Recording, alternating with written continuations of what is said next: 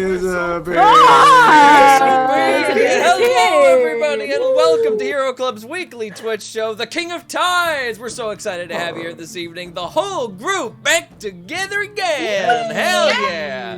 Oh, man, so excited. For those of you who don't know who we are Hero Club. Our main thing is that we take our podcast, we record our game live around the table or the virtual table, and we mix it down with sound effects and music into these tight little audio anthologies, dramatic, comedic, you name it. Go check out HeroClubPodcast.com, or you can check out our About section under this video. But this is where we get together on the weekly and just play D&D without all that post-production, though I do still like the music and the sound effects. Hey. So a couple of things to know about the setting that we play in this week. If you're familiar with our podcast and you know Brand's Bargain, which is currently releasing right now, or Here There Be Monsters, you'll be familiar with the Emporia setting. So everybody is playing anthropomorphic animal characters. In terms of technology, we're like mid-18th century, the height of piracy on the tropical continent of Emporia. Magic has been made illegal and is punishable by death or worse by the monarchy, and the Church of Soul assists this magical suppression. Now we get to the fun part right away, where we get to meet our player characters, all back for the evening. Let's start with Hannah Fagerbaki. But that's me. I play Akana, Oath of the Ancients Paladin, Canadian Goose. And my fun fact this week is that one time I went laser tagging with Sean Astin. He just walked in today. Oh. It was the best How? That's LA? so I don't know. He walked Can you in imagine with his kids, being and I was like, behind him with laser tag, guns in your hand, and him turning around over his shoulder and being like, "Come on!" You just be like, "Okay." George has and then I went, fantasized he's like, about I this. meant my kids, and I'm like, sure. That's amazing. Dylan McCullum. Hey everyone, I'm Dylan McCullum and I play Zygo Coiltail. I have so many skills and I'm so blind, you might as well call me Justice. Because I'm a chameleon. Oh shit, no! Did it wrong. I thought I was in a fever dream. I was just throwing for such a loop. I was My name is so Dylan McCullum. confused. I play fan favorite Nesbitt Whoa. Bisbee. What just happened? There was a huge I'm glitch and everything. I am a sword Matrix keeper and just a ranger, glitched. and it falls to me every time. I do this every time Oh, to explain man. the best or worst part of our campaign setting. Because animals be people, bugs be animals. Justice is blind. So Oh my being God. blind won't help you for this, gang, because this is gonna suck in your little ear holes. It's bad, man. and I'm sorry about it, Yeah. but hey, you know what? The ants have helped a lot in this series. Thank you for being here for all of that. Okay. Scales. Justice scales. It's good. It's good. So much. Next up, Jackie Emerson. Hello, I'm Jackie Emerson. I missed you all so much. I am, I'm just gonna read that. Joey Robbins. I'm 12 years old. I'm a coyote, and I'm a rogue, arcane trickster, destruction cleric, level 11.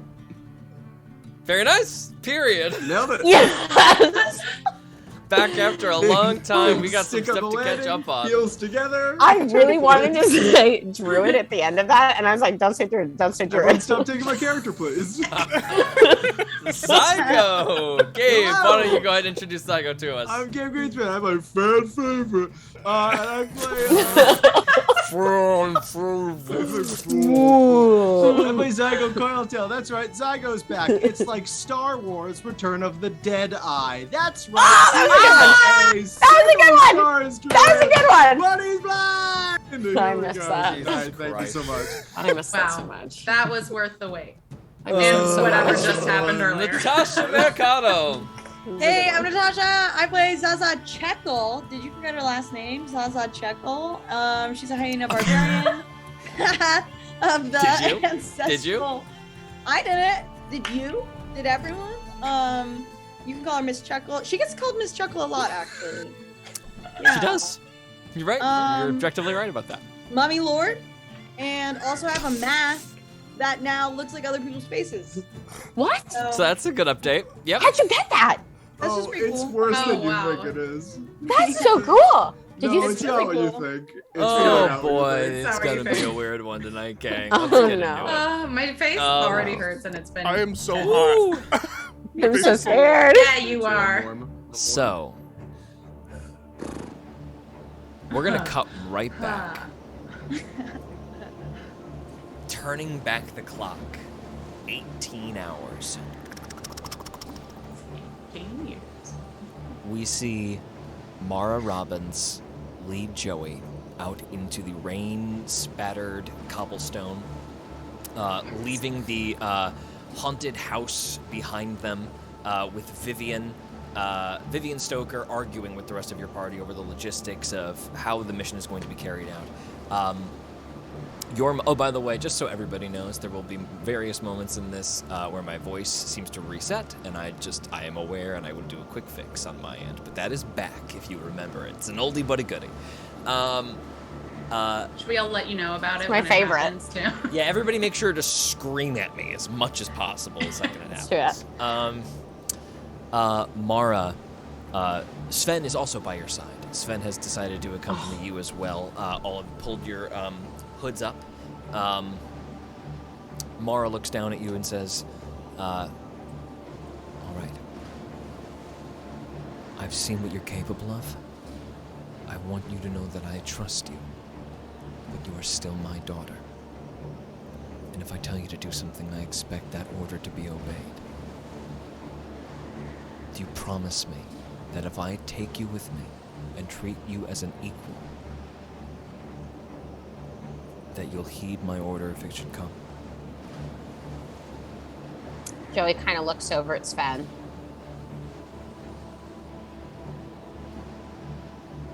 And she looks back at Mara. And she nods. Okay. Follow me, don't be seen. Begin to creep through the streets. Stealth check. I would like you to make a stealth check, yes, please. I am also going to make one for Sven and Mara.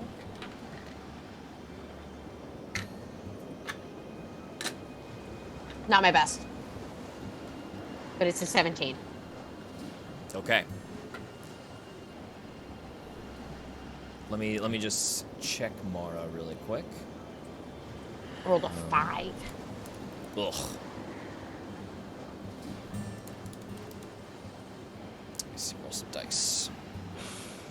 That's a bad sign. Okay. Got it. And for Sven.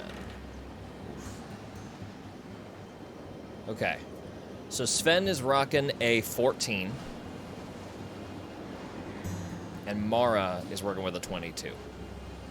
Ugh, and I've got a 17. Not my best. Sven turns himself invisible. He's going to roll this with advantage. That is worse. So, but he is still invisible, which is still a major impediment to anybody actually being able to locate him. Do I? Do I have a sense of how a 17 would play? Can I like insight check? You know How that a safe I 17 feel. is definitely beyond the passive perception of like the average guard. And also it is dark and stormy. You can assume that most passive perceptions are working at like a -5 right now. Okay. So, okay. Cool. like, let's say the average guard has like a high wisdom of 16, right? That's like a +3 to perception, which would be a 13. So I'm -5 would gonna be like an 8. hold an action of casting invisibility if I feel like I'm stepping into something where my 17 won't pass. And you're gonna re-hide. Would be the goal there. Yes. Yeah. No problem. Okay. And then I what's cast what's your invisibility. passive perception? My passive perception is a 17. Cool. Great. That's good. Okay.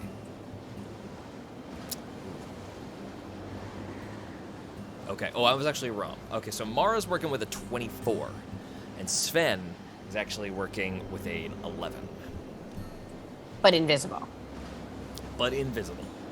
So you guys creep through the streets. At a certain point, Sven is going to lag back a little bit and try to disguise his footsteps. So he's going to invisibly just like pick up a little like paintbrush that's sitting on a side of a barrel and just gesture you on for a moment as he's going to try to re-hide himself. So he is going to lag behind for a moment as you and Mara make your way deeper and deeper into the administration district, weaving your way towards the center of Port Sau's inner city. Your passive perception of 17, -5 for the weather conditions around you. I'm going. Your dark vision is 120 feet as a coyote? Yeah, 180. Okay. So, you and Mara reach the exterior of an iron wrought gate, a very similar sort of architecture as to when you spied on the High Priest Ezra's little powwow with Boris Niles and Rudy Smith. However, the blackjack emblem is over the archway leading into a small quad, like a little campus. Mara gathers you close. We're going in. Any sort of magic that you've got to make yourself as invisible or undetectable as possible, I recommend you use it now. Wait. Roger that. Joey's gonna hide and cast invisibility on herself. Amazing.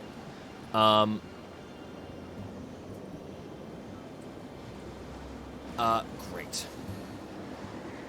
Mara is going to see you cast invisibility on you. Are you using your cloak to do that? No, You it's don't have that with I you. left my cloak, so I cast the she spell on sees you myself. do It lasts that, for an hour. She says, "Is there any chance you could do that to me as well?" Oh. Yes. I can, but I'm feeling a bit tired, and I just want to warn you that if I do, I'm gonna be a little bit magically depleted. But if we feel like this is just a scouting mission, I'll do it. Save it. That's smart. Good. Good Are you judgment. sure? Mm-hmm. All right. Take a moment, watch yourself, and let's go. At this point, you can choose to either re-roll your stealth check, you can roll with advantage now, or you can keep your 17 going, and it's up to you. I'm gonna re-roll. Okay, go ahead. Sven is also going to re-roll, catching up to you, rolling a 17. That's with advantage, right? Yes. That's great, because the first one was a botch, and the second one was a 25. 25, and Mara's working with a 23 right now. So your lowest Cool. is Sven at 17. Do you want to take Sven with you? He's less quiet than you and your mom.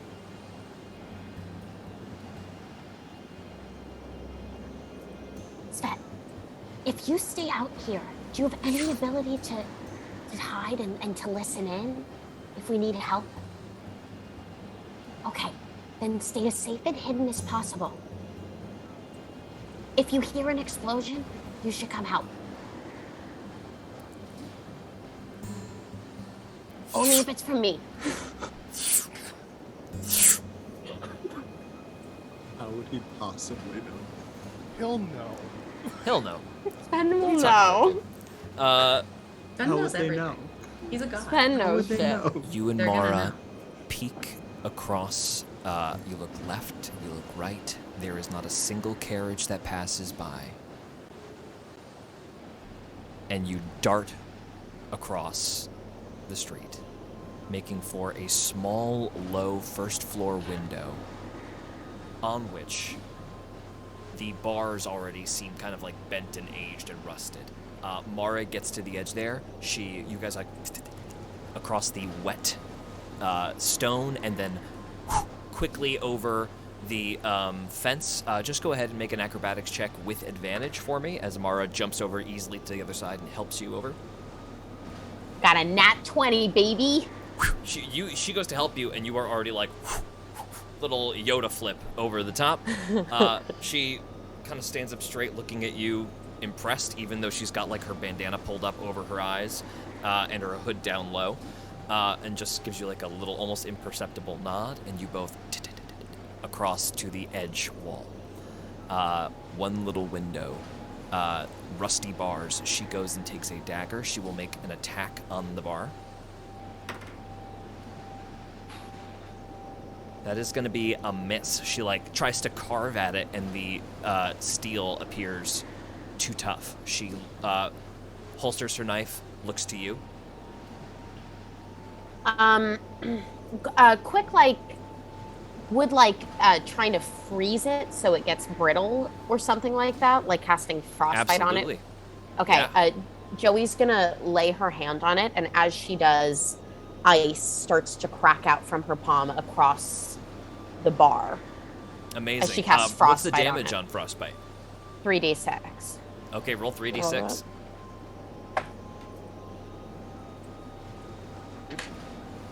How much? 10. 10. So you freeze the ice. It seems to kind of like get more brittle, and Mara grabs one of the bars and yanks it, and it breaks off in a clean, crystalline, cold snap. And she begins to all the little metal pieces that you've frozen and weakened the structure of. Soon she very slowly goes underneath the bar, picks herself up, and then flips backwards over the windowsill, silently flipping inside, and disappears with a little of a curtain. Joey's gonna do the same. Okay, roll an acrobatics check.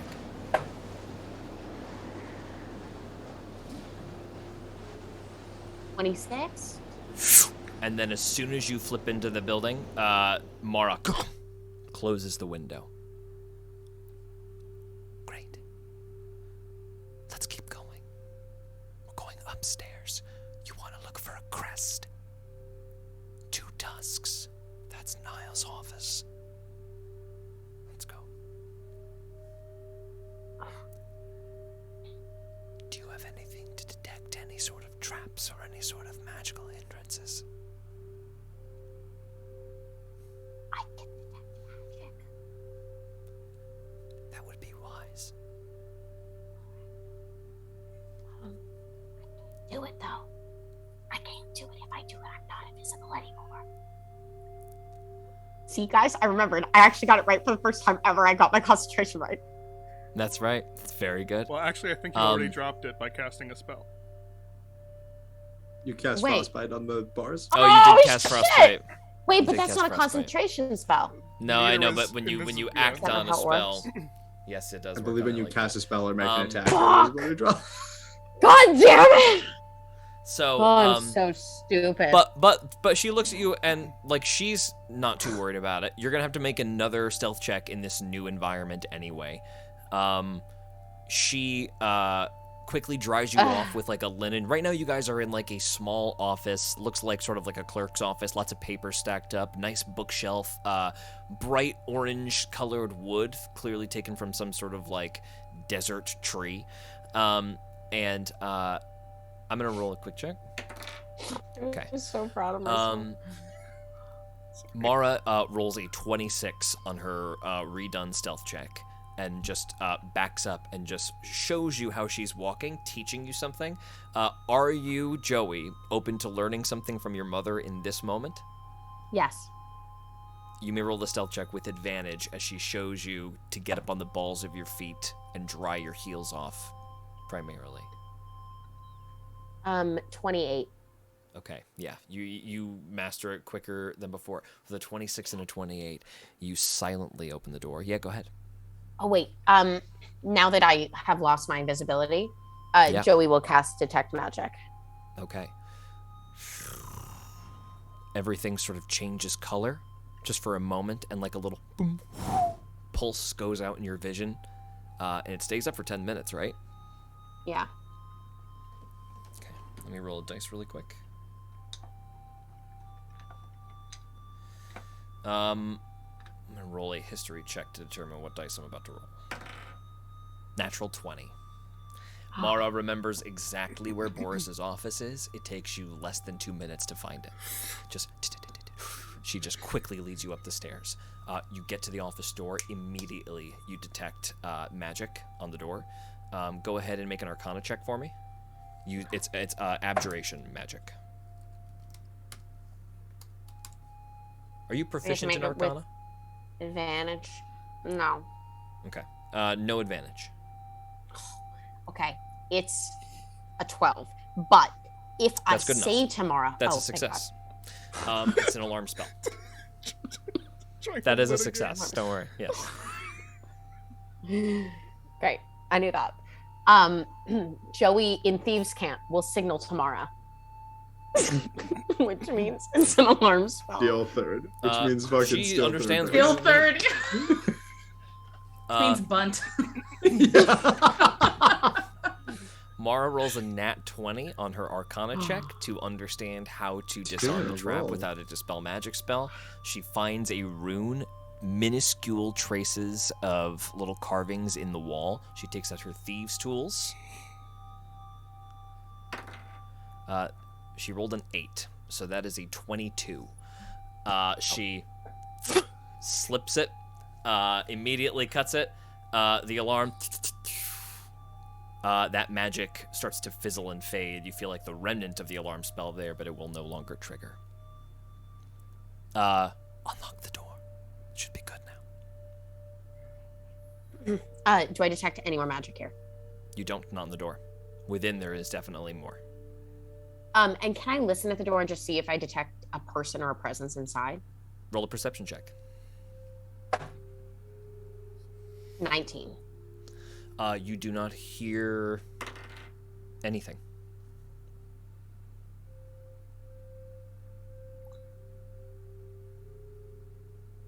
Okay.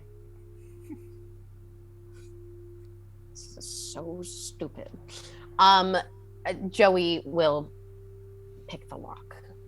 Go ahead and roll Thieves' Tools check for me. 22. 24, sorry. 24, door clicks open. Inside this room, the window is just very slightly cracked open. It is, the wood here is dark and austere and bare and minimal.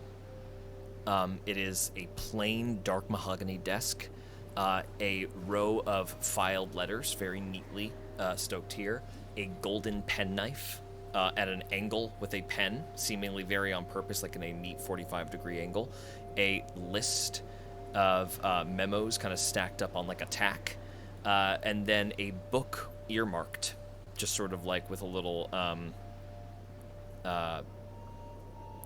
like laced bookmark sticking at the top. There's also an enormous painting of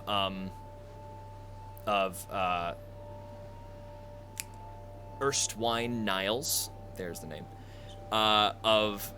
With a like decorated military jacket.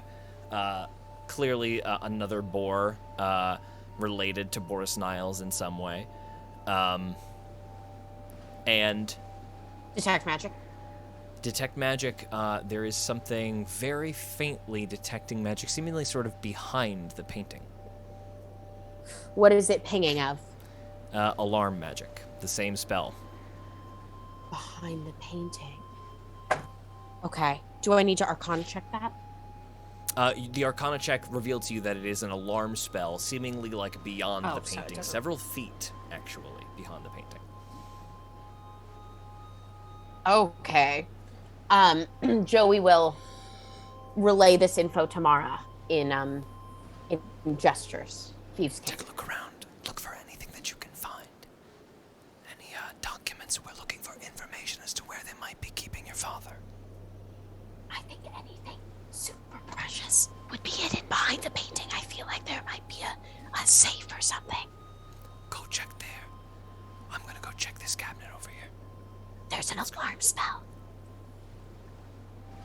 Right. Find the runes and I'll come over and disable it unless you want to give it a try. Just do what I did. Okay. There'll be a string of runes. Cut the top rune and the center rune and the end rune. One incision each. That should disrupt the flow. Okay, Joey's gonna go look. Go make an investigation check as you go to the painting. And roll, what's your passive perception? Oh yeah, well My just let me know if passive there's anything else perception you is investigate on the way over. 17, but I just 17. rolled a 22 investigation, which is the highest I can go without being an at 20. 22 investigation, you find the seam on this, the bottom of the painting, click it open, and it swings open, and there is a big vault. Just a big, fat, steel-barred vault in the wall. The alarm spell is not on this vault door. It is beyond this vault door. Oh, shit. Does the vault door look easy to pick, and does it seem like the alarm spell would trigger by the opening of the vault door? Doesn't look like a pickable lock. It looks like a combination lock, meaning that with the storm outside, you're going to have to listen closely to be able to Can I crack pick the safe. this? Okay, Joey's gonna try. Let's see, where do I Okay, put go this ahead and bacon? make first- Can I, with my investigation check, maybe I'll make a new one, whatever you want, look around and see if there's anything that could maybe symbolize what the code could be? You want to investigate what? Looking for the code. Your The choice. desk. Go ahead and make an investigation check. I rolled another 19. 19? 22? Okay, so that's 22, yeah. So, on the desk, the book is titled Knowing Thine Enemy. Narrator, excuse me, not narrator. Author is Waylon Brand. Additionally, when you pull open the desk, doing like a little key lock, go ahead and roll a quick Thieves' Tools check for me.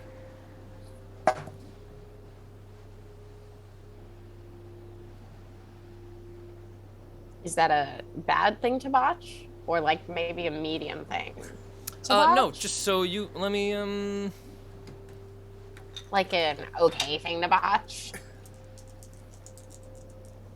Like, it's not that bad of a botch. Like you can't So, die from you it. I don't think it's go what to you're saying. unlock this other drawer, and one of your Thieves' Tools, cracks and breaks.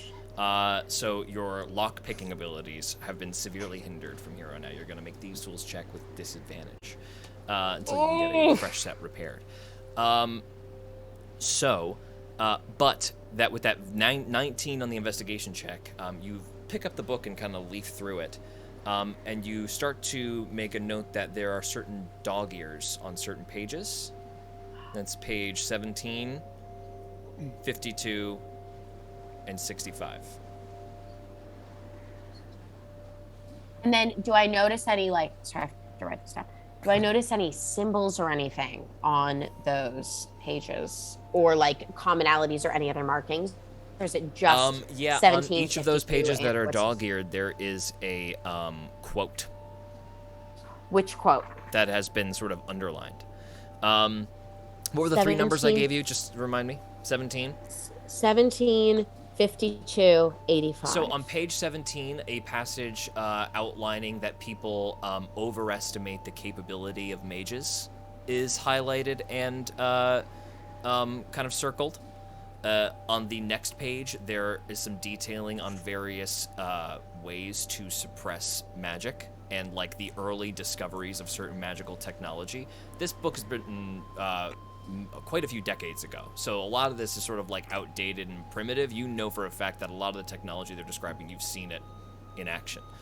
Your mother probably told you about it on the walk here if you inquired like any like how do they stop people from keeping people restrained. Well, they're clearly gotten quite advanced. They're wiping people's brains and stuff at this point. And then the last passage is there is a passage written about the inevitability that something will need to be done about the infection that grows in Emporia of magical users running about with wanton abandon. It's sort of like an ending mission statement that, like, something must be done. And with an investigation check of 22, you do a little looking back in the, like, when this book was published, and it is prior to the Great Magical Purge of Emporia.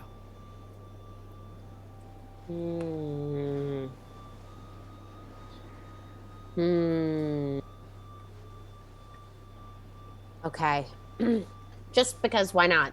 Joey is now going to go back over to the giant lock and try 175285, listening as hard as she can for the little click clicks. That password or that like combination does not work. Okay. Then that was probably pretty obvious. Joey is going to just try to straight click crack it. Go ahead and make a perception check. Okay.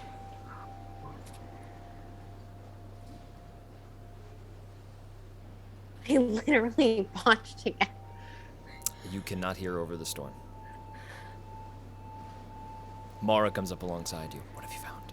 Nothing here. I think there's something important behind this. There's an alarm spell behind this. There's something behind this, but I can't get in. Let me try. Be careful. There's an alarm spell behind it. She rolls a 22. 65.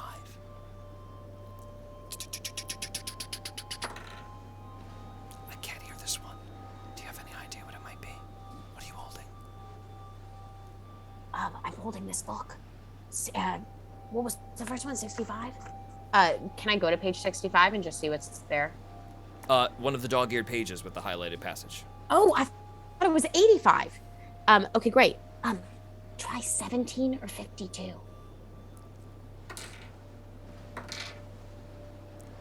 17.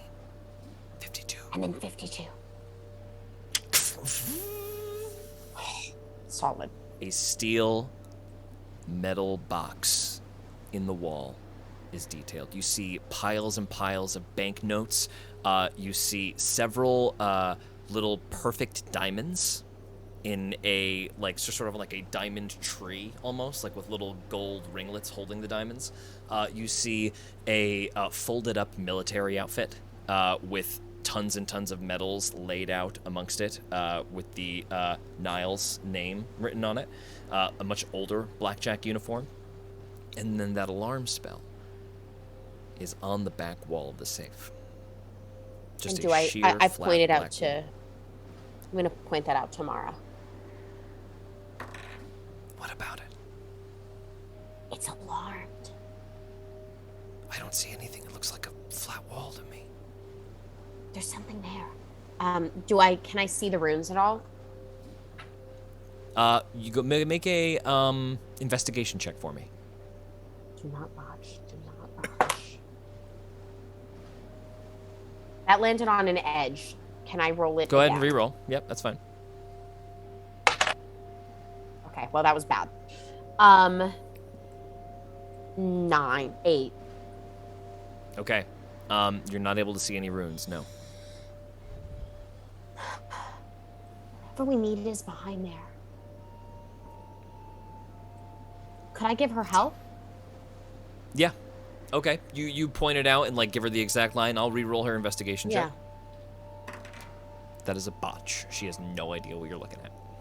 God damn it, we made it this far.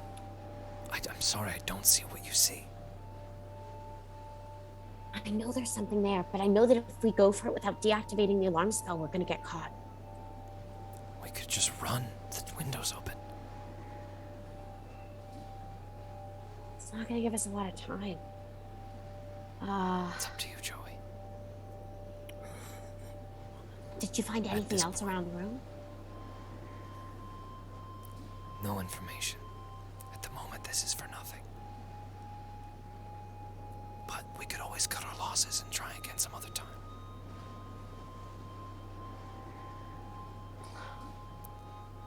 Can I give myself another chance?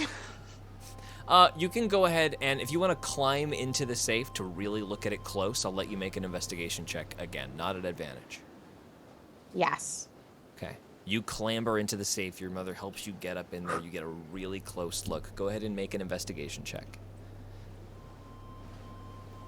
Maybe not high enough. A 14. A 14. There's an illusion spell in front of you. The wall is not flat. There is another small hole even further beyond. You are barely seeing it now, but there is just a little black journal on a pedestal behind it.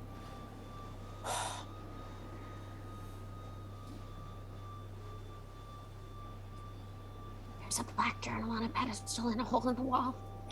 And it's alarmed. Okay. All right. Mara calmly takes you out of the hole. Really good job. I'm really happy you found this. Okay. Run. She darts her hand into the hole, grabs the black book. Oh my god! You hear like boop, boop, boop, boop, boop, go off, and she just busts out the window, which was open a crack but not open. So she fully crashes through the glass. She's going to make an acrobatics check to dive off the 3rd floor without taking damage. She rolls a 34. So she blasts out the top, takes no damage from the glass, perfectly swan dives out, grabs a tree branch, and slides the wet wood all the way down out into the storm. Let's go! Come on! How many feet away is it? How many feet away is the ground? 30 feet up. I'm gonna Misty Step down. Okay, with a blast of magic, you just are absolutely right back out in the storming street with her. Yep. And you guys take off. Go ahead and make a stealth check as suddenly guards start to mobilize inside and shouts start going up.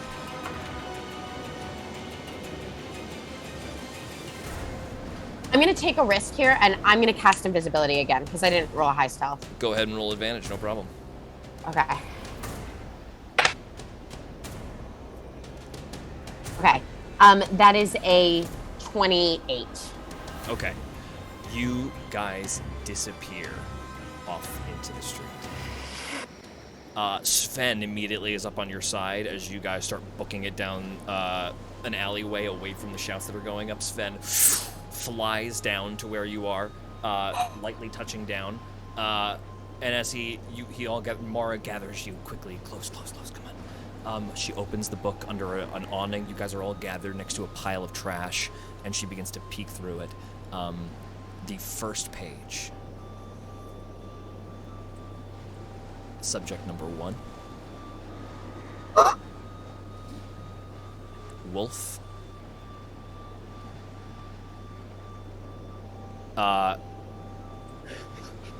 Mara immediately sees those words and closes the book. Salt, this is him. Oh. Dad?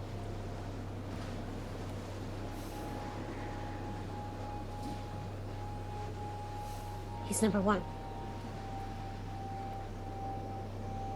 She opens it up again. It's transport notes. Transport? Joey,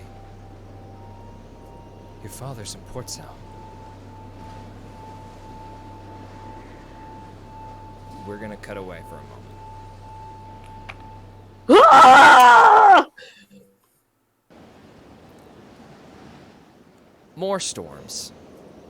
Later, Zygo, you and Brother Icehue Yeah. Jesus Christ. Jesus Christ. Uh-huh. walk next to each other in the street, carrying the massive, extremely ornate chest between the two of you.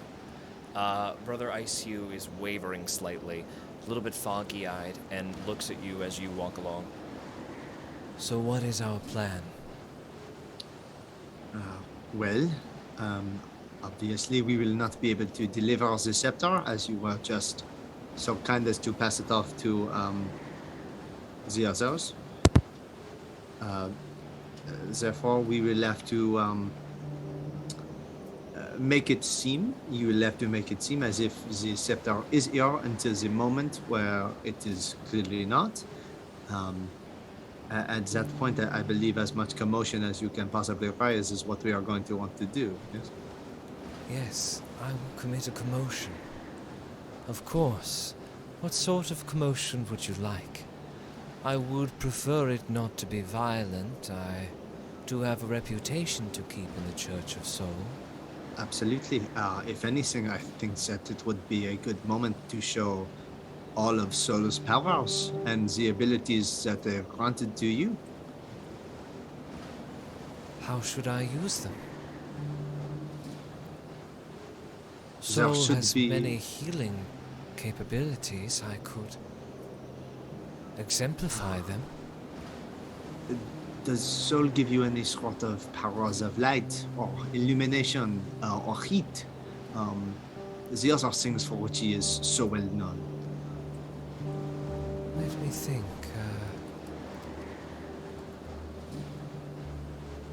Yes, I could do that. Heat, you say? I can summon flame. That would be fantastic. What better way Yes. to celebrate the emergence of a new archpriest than with the powers of Sol himself? Of course. Roll a persuasion check for me as you friendly converse with him. 21. With advantage, because he is charmed. 21. Okay, 21. 21's great. He kind of laughs, says to himself, I have the perfect thing. You know, I was a part of a program where they got some of the priests who were better at casting flames, and we condensed our powers into small trinkets to be taken with those less experienced.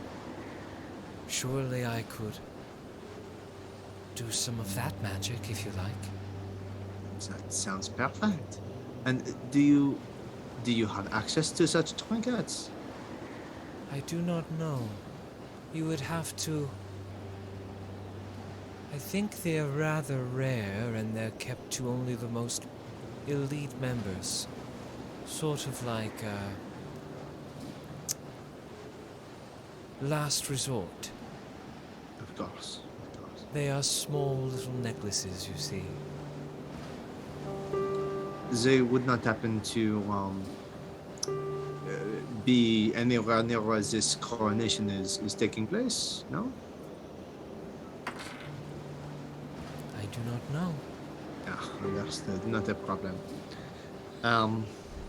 Well, We are approaching the church here. If you'd like, the enchanter will see the product now. How should we surprise him? Where did It you... is- Wait. We are to ruin the ceremony. I understand why. We must remind them of Sol's power, but right. what will we do when the enchanter realizes there is no item to be enchanted? Mm-hmm. Well, Have you another item to be enchanted? fucking maybe. Let me check my inventory and see if I have any. Brother Ice You puts his head up to the sky and starts catching rain in his mouth. Okay. Good job, brother. I mean, I don't think I have anything that... I have the star necklace. I pulled the star necklace out of my bag. Wonderful. What color is the star necklace? I have no idea. I believe it was Um, like a dark... I think it was like where did you get this? Do you remember getting this? I think I Yeah, know this what was this is. gotten from Madame Cassandra as a gift Yes. from With the Nesbit, stick of the along with hero. the stick of the Oh hero. my god. Yes. What an arc. So this is a piece For of both garbage of you them. pull out right For now. both What of you pull them. Yeah, it's out garbage. is very clearly like some cheap string and some like metal shards that have been kind of pasted together. Roll a persuasion check for me. Yeah, here we go. With advantage because he's charmed? Yeah. Rolled a 2 and a 1. So Great. 4? Oh.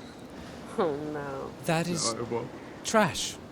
Ah, right. This is the trash. That will not do. That will not be No, able you're to right. This is... maintain a spell. It would be a horrible disaster.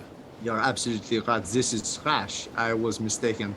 Perhaps a jewel, a diamond? Do you think something like that, of that nature, could be...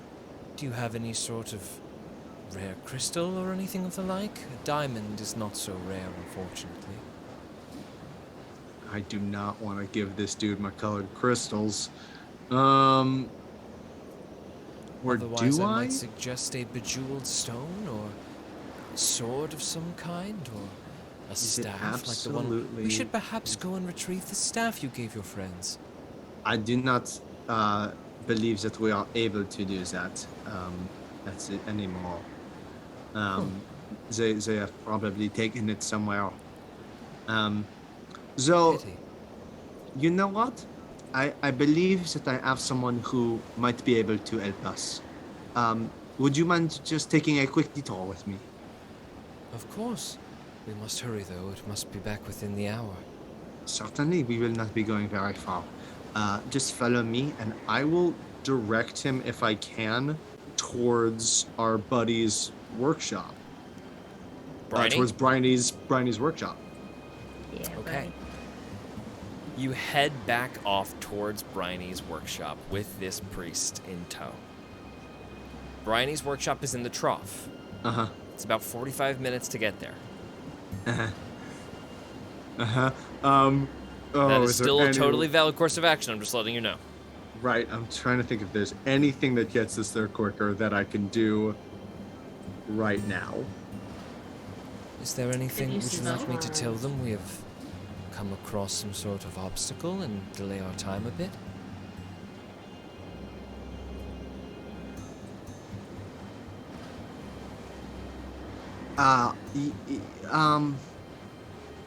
Yes.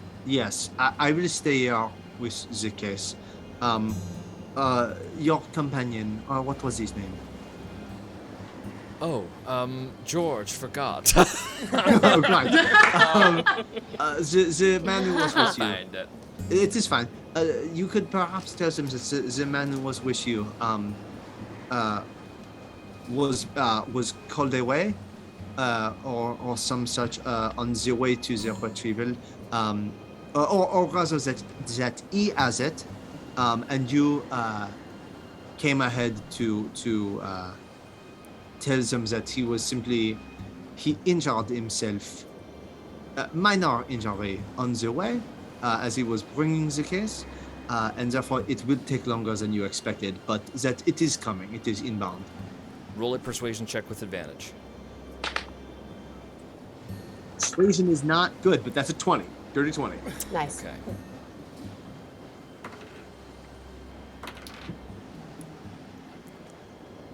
Of course. That sounds fine. Just make sure you bring something that will look as though it was greatly bejeweled so we don't run into any issues with the enchanter. Absolutely. Not a problem. Hold on, I'm trying to fix this. You're good. Ah, okay. He begins to walk off, separated from you, giving you a deep nod. And you start quickly walking back towards the trough. Cutting back to the rest of you. This is like hours later, right? This is insane. Hours later, yes. Mine is hours later than Jackie. This is hours later than mine. This is even more hours later that we're skipping ahead to. You are all at Bryony's Forge, having headed there at the end of your last. He has taken you deep below already, out of the reach of the storm, into the beautiful, glowing green forge.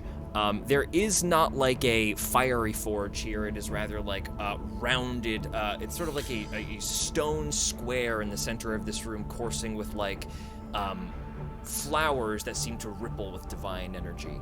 A little, not a waterfall, but rather like a cascade of bright vines moving through this small place. And on top of like these bioluminescent vines, there are thick, gnarled, thorny vines kind of coiled beneath the surface, which is visible beneath the cracked rock. Bryony immediately brings you back downstairs. The little elevator coming to a stop. Right, so what were the questions you had for me? It was something to do with what you've got, the staff here, and what was it you wanted to do with it, Miss Checkle? What is it that I wanted to do with it? Does he see his ladybug? Yeah. No, he has not seen his ladybug yet. Why? Because somebody's got it behind their back and is about to show him. Oh, who has it? Because I wouldn't rob you of the moment he gets his ladybug back. It's a happy surprise. Who wants Sure. to Well, have it? I'll say it because I say Yeah. it. But, Yeah. well, first things first. This has been a very long day, but, well, here you go. And Nesbit just steps aside.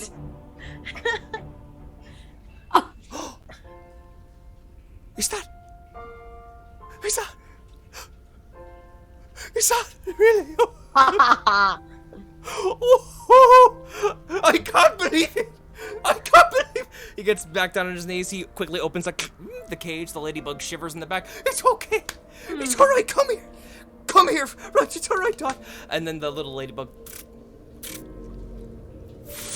and slaps into his shoulder. And all right. You're all right. It's home. If the ladybug could be looking his face, it would be. I can't believe it. He runs to each of you, spear hugging you around the middle. Each one of you that is there. All right, anything I can do for you, I am here for you. I can't. So take this stuff. What do you want to do? Do you want to make it a sword? Do you want to make it into something that makes you fly? I'll do whatever I can to help you. It's gonna be very complicated. I feel like that's what you're holding it, sort of like you're giving it to me to do something with, and that's sort of connected. That's why you come. Oh yes, it's okay. It's okay. I know. All right. So just basically lay it out there. Anything I can do to help, and I will be coming with you. I've got everything packed up already. Got a bag of seeds so I can replant a forge somewhere else. Let's do this. Gives you guys the floor after that long monologue. That's where, We were talking about a can of, or maybe turning this into an artifact or something of the only thing that we really know how to, of the mother. All right. Let me think on that for a moment. We don't have any enchanting skills, but you're an incredible blacksmith, and some of us are very in tune with the mother. Nesbit feels like he said too much about Akana, and then Wink. and then points to his own crossbow, like me. Venus chose you. Yeah, The little Chihuahua that's Bryony all. walks up to you and looks at the dark green, beautifully crafted crossbow with the kind of thorns sticking out, perfectly making like grooved handles for your fingers to slip between. Venus chose ye? And if Venus chose me, I don't know much about the details, but maybe there's another aspect of the mother that wants to. Why, there are three. You're talking about some sort of channeling device for the mother. I mean, what you said is a dream. If I had the resources to make such a thing, I'd be a legend, and it would do an enormous amount of good, but in order to do such a thing, I would need a powerful presence from the mother, even beyond just your normal cleric. I would need a full-on...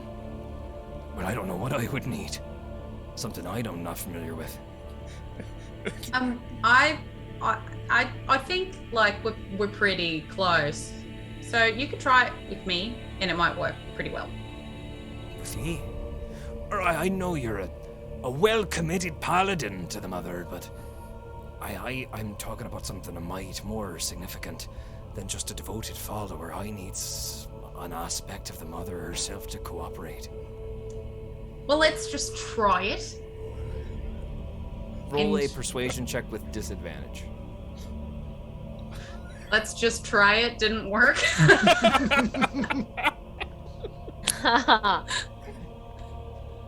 Oh, yeah. Persuasion with disadvantage. What if I got 2 19s? How cool would that be? Pretty solid. 19. Is let's He just stares try at gonna you work. for a moment. You look at him sort of meaningfully. Well, assuming what you're saying is correct, it's still a highly dangerous process. If you want to craft a powerful artifact, you have to open 2 planes.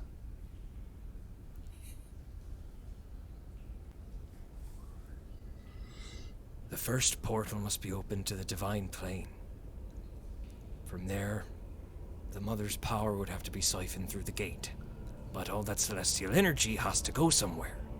It can't go back to the divine plane, so the place it naturally goes is the other one. Where those that have been banished sleep. And if they know an artifact is being crafted, they'll send something through to try to stop its creation. Did you guys hear that? Sorry. What? Sometimes a little bit of storm wind gets through.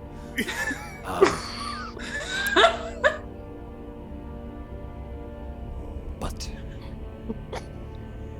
if we were to undergo such a ritual, and I theoretically know how to start us, depending on who, I guess, if you're claiming yourself a Miss Makana, you would have to be concentrating on an extremely powerful spell and not break your concentration under any circumstances. Is that something you'd be willing to undergo? When you say spell, what do He's you- saying that you will have to make, if you are hit, you'll have to make concentration checks to maintain the spell to craft. Okay, what spell? Like any? It's just, you will have the concentration condition occupied on you in creating this spell. In creating this staff with whatever magic you're trying to infuse it with. On top of that, we'll need 3 proper shrines to each of the main aspects of the Mother. That's Venus, Synth, and Rota.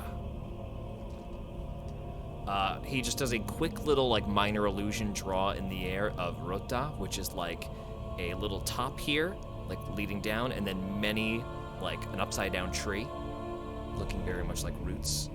Venus, which is a curled swirl with little lines through various parts of the curl. And Synth, which looks very much like just a circle and then loops, kind of looking like a flower. All have different properties, and all will need to be appeased in order to make such an artifact. Was that Jackie again at the end? No, that was the music. But really, it could have been. So, it's a risk. I tell you that now, it's a risk. Well, I think we should try it, but I I mean, don't know how everyone else feels. everything that we're about to do or try is already a risk. I feel like we have this opportunity and we have this time. I think we might as well. We don't have many allies. This could be good. Zaza?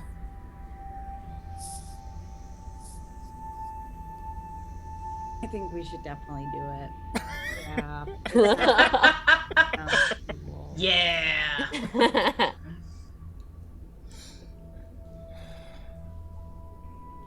Right, well, it seems like you're all decided. Oh, you stop that. You're so. oh, come get it, go!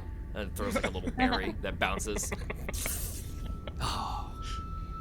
All right, let's all probably die. And he walks forward down the steps towards the center of the thing, takes the bejeweled staff. All right, 3 shrines. Set them up in a triangular fashion here.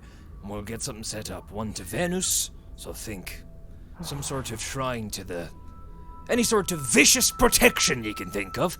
And then over here, Synth, where it'll be the Mother's Healing Night and her merciful properties. And then, of course, Rota over here, where you'll want to, a shrine to stand in your ground, steadfastness and the like. All right, get that set up, and I'm gonna get some preparations underway. We're gonna cut away for a moment to Zygo. Zygo, where do you go in search of your party, knowing that they are with Vivian Stoker sorting the deal out? I don't know if I'm looking for the party necessarily. What are you doing? I think I'm beelining to Briney's to try and have him craft a fake thing. Okay, so this is prior to the entire party even getting there. So you 100%. book it through the trough. You present your papers. That's an hour there. Briney is king outside, staring lovingly at a picture of his ladybug that is not reunited with him. King. Bukhani? Mr. Coyotail. Yes, I Or think Parkus. that's probably the name I gave you. I genuinely Mr. did not Parkus, remember. right. Right. Bukhani, I need a favor from you, and I need it to be a rush job. Sure, what do you need? Can you make... I'll take the stone quarterstaff off my back. Can you make this seem like it would be a powerful, enchantable artifact? Something that a priest of soul would look upon with favor? Do you have 1,000 gold by any chance? 1,000 crowns? Sure. Oh, you can take this. And he just hands you like a gorgeous emerald staff. Great. I will mark Yes. 1,000 crowns Yes. off. Yeah. I mean, it's, if you could return it, I'll give you your crowns back as well. But if not, consider that the cost price. And I will try to return this to you. I promise that I will attempt to. if you can, great. If not, 1,000 will cover my costs for creating it at the very least. Ah, fantastic. I appreciate that. Say, if you see the rest of the party later, don't tell them anything about this. It will not I be won't say a relevant. word. I won't even Oh, say that's we met. fantastic. Great. I really appreciate that. No problem. All right. I don't know if they'll be worried. Okay. And I'll see thank you later. again for saying you go looking for Dot. It means the world to me. Oh, yes, of course. I'm sure I will get to that at some point. Yeah. All right, bye. All right, bye. Great. Beelining You back beeline to the back. fucking... Are you running? yeah. Make a con save. Oh my Oh, god. no. No. 5? Okay, you get a stitch in your side immediately on the run back. Your body is not ready for that. You move slowly back through the gate. I'm gonna roll a luck check right now. Where is Zaza when you need that? She is so fast. She's so fast. Okay, I rolled a good luck check. That's so strong. So Yay. you run back to the church that you were given. Brother Iceyu is standing outside frantically as there is quite a lot of activity going on, actually. Quite a crowd has gathered outside one of the main churches where awnings are going up, carriages are rolling with nobles that are hopping out. Brother Iceyu gets to you and says, "There you are, where is it?" I'm so sorry for the delay. I am not cut out for physical activity. I'm an indoor That child. looks wonderful. That is good. Good. Yes, this will do perfectly. Come, let us go and see the enchanter. Come with me. All right. You must come. He is wonderful. You will love him. This and he feels grabs like you a by the arm and bad tries to choice drag you to with him. go with him. Oh, my face is on wanted posters, right? Like 100%. in this city, right? Uh-huh. No. It is alright. You go to the enchanter. I will stay behind. We must inform the enchanter of our plan to ruin the ceremony for Soul's No, I Light. would not. Honestly, I would not say anything of that nature to him either. I think that he will not understand. The enchanter is a true believer. What were you saying? I just. He wields his powers and he will add to the ceremony by enchanting this object. You wield your powers and you will add to it through acts of flames. So you're saying this is my mission? Mission is too weak a word. It is your only duty to do this task. Go ahead and make a persuasion check with advantage. So good. And 15. Nailed it. Okay. If he's making an insight check, I'm gonna whoa his insight check. Well, he has to Go ahead, roll say it. the roll, right? Don't you have to say what whatever the roll it is, I'm doing it. For woe, do I have to say the roll? You don't have to say the roll. I'm gonna whoa it just to be safe. Subtract 5 from whatever he just rolled. Great. Nice. So on a -2, he. I see in your eyes the true light of soul. This is my mission. I will not say a word. This purpose that I have been given. And he turns around from you, walks away towards the enchanter's workshop. Nice. Do you want to stay and observe? Yeah, And I just like sure hang out do. outside? 100%. Okay, go ahead and make a stealth check. Are you going to hide in the shadows, or are you going to try to blend in amongst the crowd? I'm gonna blend in amongst the crowd, and I rolled a nat 20. Okay, so using your charisma, but it doesn't matter. You absolutely blend in as one of the crowd.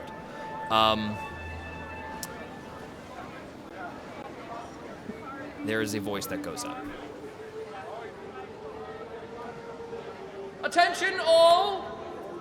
Turn your heads! Bow in deference for the soon-to-be Archpriest Ezra! A carriage rolls down from the street. As it does, the entire crowd turns and begins to cheer and clamor. All sort of gathering around it, many citizens bowing. The first layer is fervent. Go ahead and make a perception check for me, or no, an insight check for me, Zygo. Okay. 11. 11. There's like a back row of people that aren't cheering as hard, but there is a reasonable amount of support. As a carriage rolls up, and then several heavily plate-armored paladins with big brands of soul across their chests step out and both flank as Archpriest Ezra in humble white robes and with the feathers shaved off the top of his head, walks with wings out towards the church. People begin to hold their hands up and bow and say a prayer as he walks through with his eyes closed and a little smirk creeped up at the corner of his beak. Behind him in a parade are several priests, all with their hands clasped, and another priest who is a small sloth man in a wheelchair who is just holding the seemingly glowing staff in his hand. They disappear into the church, and the crowd returns to a clamor. As George, yes, can you turn the music down a little bit? Sorry. of course I can. Or the crowd sound just a Oh, little yeah, the crowd hum. sound, I think. Yes, sorry about that. So the crowd actually does quiet at that time. Good to know. Sorry, gang. How's that? Is that okay? Great. So there is some time spent. About an hour goes by. Can Go I, ahead and in make that hour, Yes. I was going to say, move towards the back of the crowd, people who I got a less positive vibe from, and see if I can overhear any conversation? Absolutely. Go ahead and make a perception check. 16.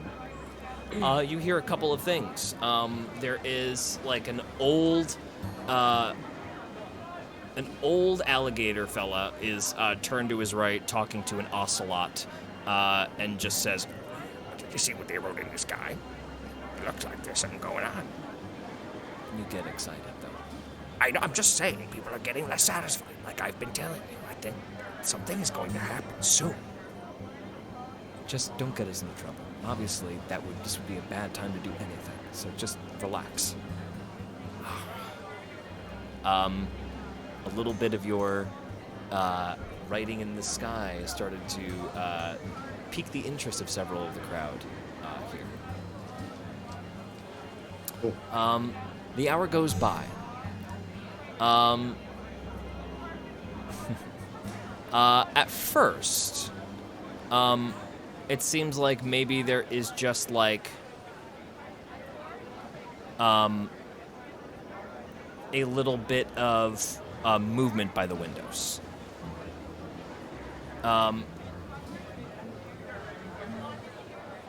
In the time that it takes the entire crowd to go quiet, with as there's some sort of like. Can I? Sorry. Would it be possible for me to have short rested within that hour? Yes, you may have short rested within that hour, taking a little time Incredible. out there. On that short rest, you see that there is a very quiet, muffled yelling that goes up. Go ahead and make a perception check for me. Huh? Nope. Roll on the table, Gabe. Roll on the table. 29. Very faintly, you hear. And now it is my turn to address the assembly. You have all forgotten Soul's light, and it is my turn to remind you of his glory. Archpriest Ezra, I do this in your great honor.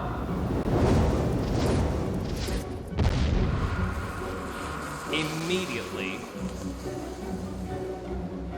there is an explosion of fire. A big flame erupts out of the back of the church. Wood splinters. The crowd immediately starts to book it. Oh God, so sorry. As the crowd begins to book it away from the absolutely screaming, you see the priest covered in soot. As a firestorm was cast in the midst of the church. Many people have been killed. As you see bodies being carried out like, oh God, like a massive, horrible event. Amidst it all, Archpriest Ezra. Find whoever he is. I want the head on a spike. He comes behind the priest. Several paladins cut Brother ICU down violently in the street, stabbing him.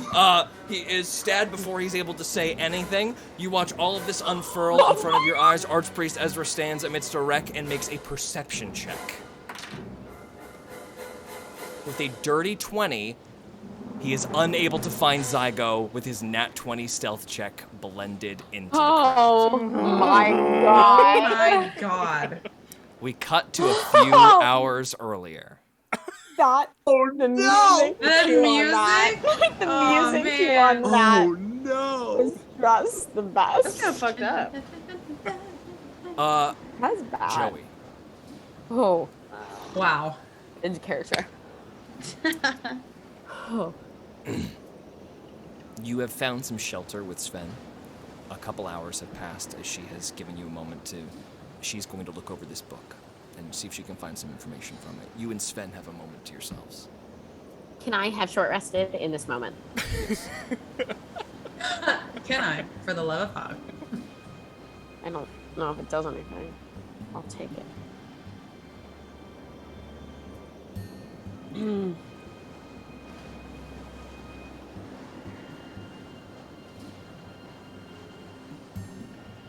So if my dad's here, and then if we find him, does that mean I have a family?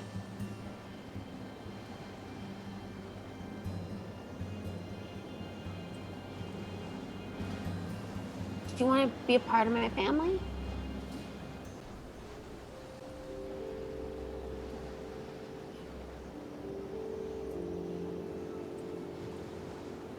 Cool. Sven,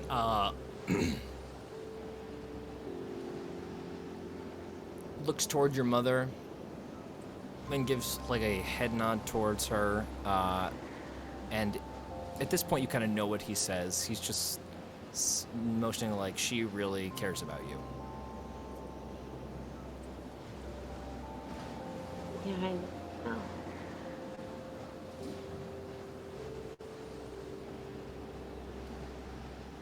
And he looks at you quizzically as if to ask if you're okay. It's just all rather confusing. That's how I feel.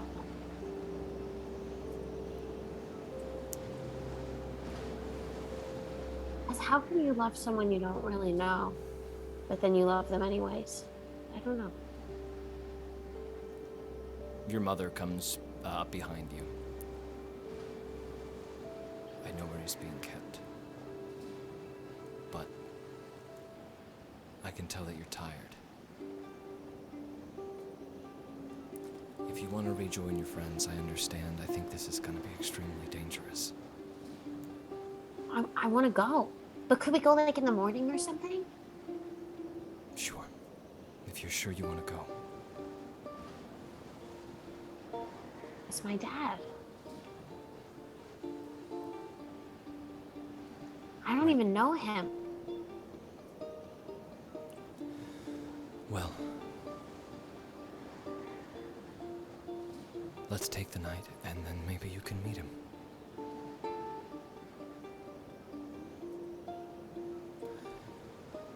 Okay. So, you go ahead and take a long rest with your mother. Oh, thank God. You and Sven all take that rest. It's like a good 10 hours as you take like a some time to really like wait till midday. This is right around the time that the group is preparing to go out on their little mission to steal the scepter. So you and your mother wake up.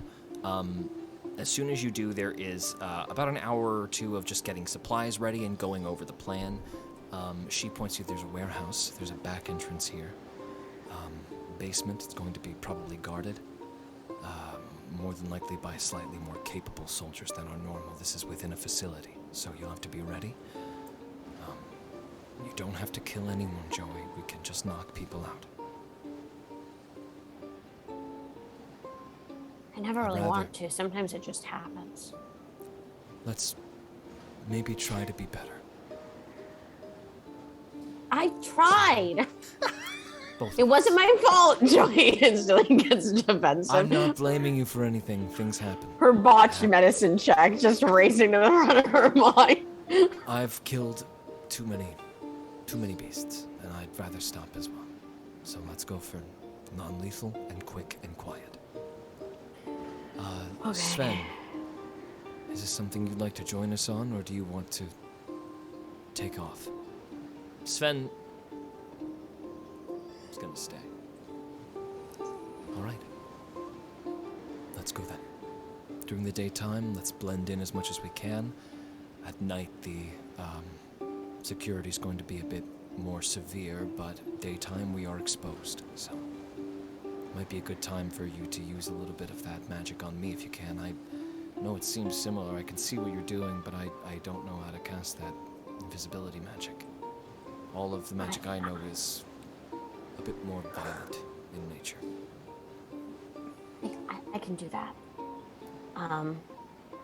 Sven. Joey's just. Sven absolutely like says no and casts invisibility at 3rd level on all of you. Oh, what? Sven. Well done, Sven. Let's go quietly then. Stealth checks all around. At advantage. Okay.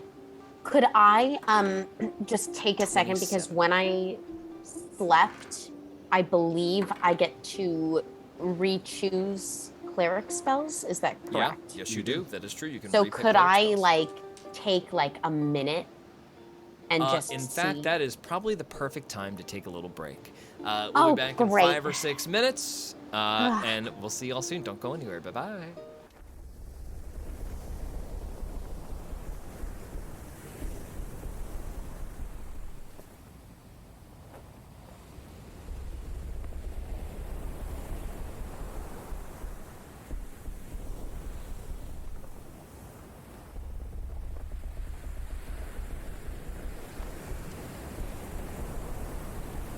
I set upon the ship at dawn. I wouldn't dare be late.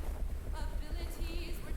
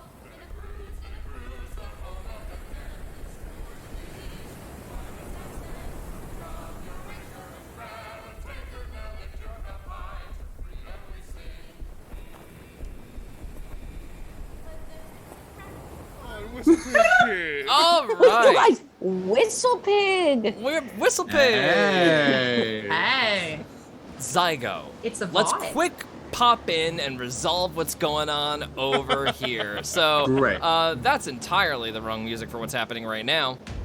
All right. So during the crowd this, has dispersed. In this time, there is also a full fire happening.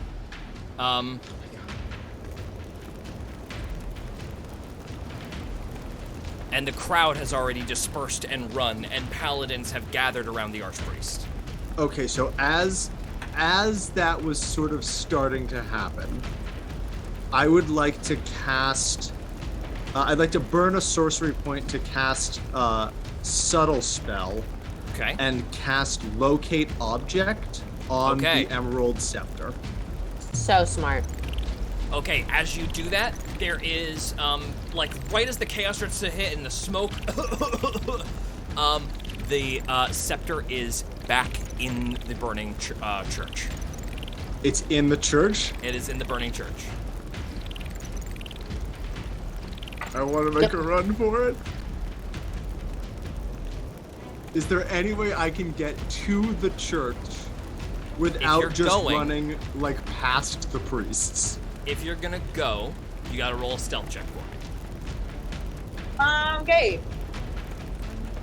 How obscured am I by crowd at this point? With your nat 20 rolling on the stealth, I'll let you remake the check with advantage. How's that sound? I want to do something else. Okay. If I have a bead on this object, Yes. I would like to wild shape into like a fly. Okay. Where are you doing this? I want to like drop to the ground, wild shape, and fly up out of it. Okay. Nice. As the crowd is dispersing, you go ahead and make a dexterity save with a fly's HP as you move into the burning church through the smoke. I have no idea what the fly's dexterity would be, but that was a natural 17. So Okay, you dodge like a flare of fire that would have wiped out the fly's like 0.1 hit points. Yep. And you are tossed amidst. Go ahead and make a fly's constitution save. Don't add anything to this. Jesus Christ. That'd be a 2. You slowly, when you get into the, start to get like coffee and poisoned. The fly, you lose your fly speed, and you're just sort of crawling along the ground as the smoke forces you out of the air. I will become myself again once I'm in the obscured church. Okay, you are coughing. Go ahead and make a stealth check at disadvantage. 6. 6. You run forward, locate object, you see the staff lying there underneath a burning wooden beam behind the altar. Okay. I'm gonna run to grab it. Okay.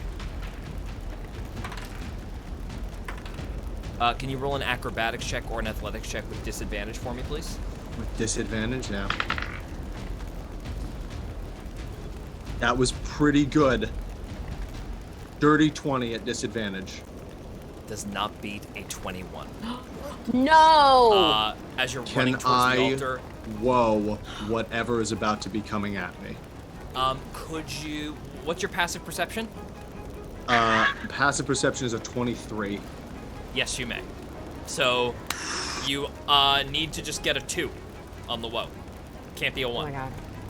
Is it It a was 1? a 1. It was a fucking 1. God damn it. Oh, man. Zygo, you just barely turn magic to bend the luck of the trajectory of the paladin who spears you through the middle, knocks Jesus. you prone where you stand, covered in soot. Sword comes off the back, and he's going to make an attack. It was an attack or it was a save? Shove. He pushed me as his first action. But I thought you beat the save. because you matched, right? It was 20 or was it 21? No, it's not a save. It's a contested. So the athletics is the okay, aggressing. It was a contested And the shove. acrobatics is I got it. so yes. So 2020 athletics, you are shoved prone. Okay. Sword comes out and attack on you with advantage. It's gonna be a 19 to hit you. That is a miss. Okay. Slams down Zygo, blind, but still completely able to see the sword that moves the smoke around its blade. Almost like a whistling in your ears. You dive to the side. Ugh! Who are you? You see that there is just a giant gorilla, absolutely clad in thick, gleaming plate armor. Swing the sword back around, this broadsword, and make to cleave at you again, but it is your turn. How far am I from this scepter? Within a 1 move speed. Huh? Am I close enough then that it is within my blind sight? I don't need to have locate object on it to keep eyes on that thing. What's your move speed? 30 feet. Yeah. Great. I will drop locate object, and I will, with my second and final sorcery point, subtle spell cast hold person on this paladin. Okay, this is a wisdom saving throw. It is a wisdom saving throw. Oh my god, please one. Okay. Sorry, 1 second.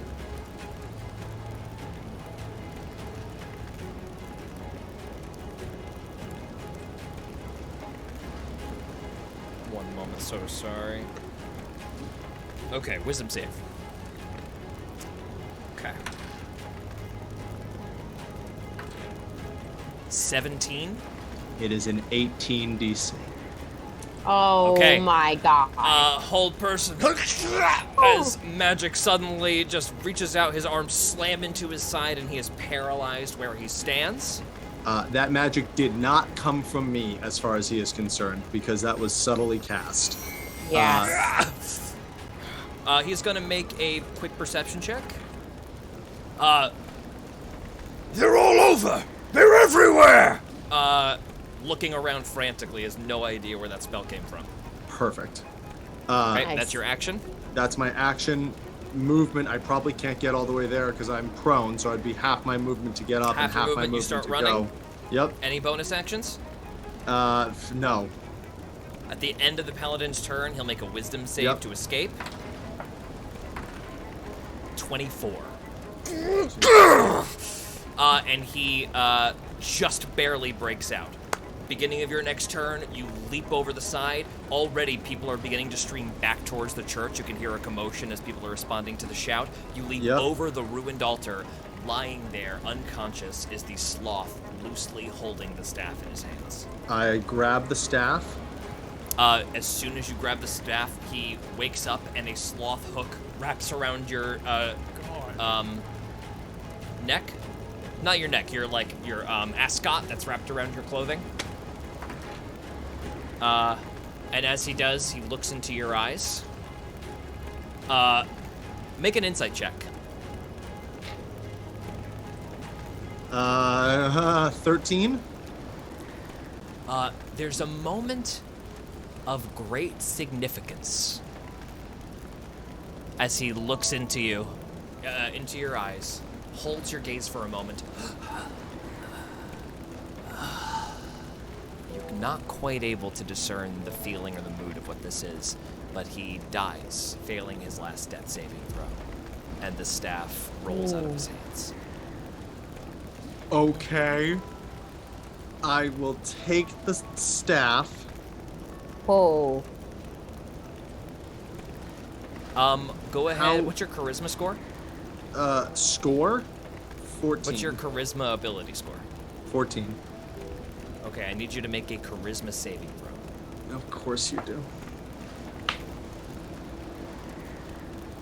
6. You grab the staff and it burns your hand. So you take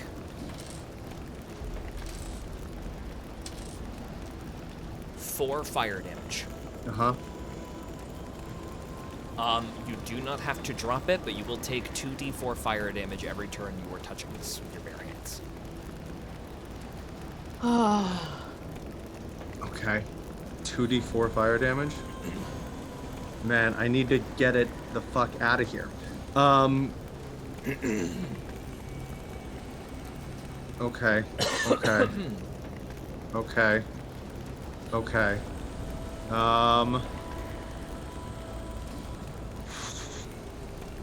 So you've used your move action, your object interaction. You've got your action. Can I... How obscured is it in this? Can that gorilla see me still? There's enough smoke and fire in here that you can make stealth checks with disadvantage. Or, excuse me, with advantage. Based on, like, how much obscuring there is. Okay, I'm going to... Tell me if I can do this. I'm going to try to use Moment to Think as a bonus action. Okay.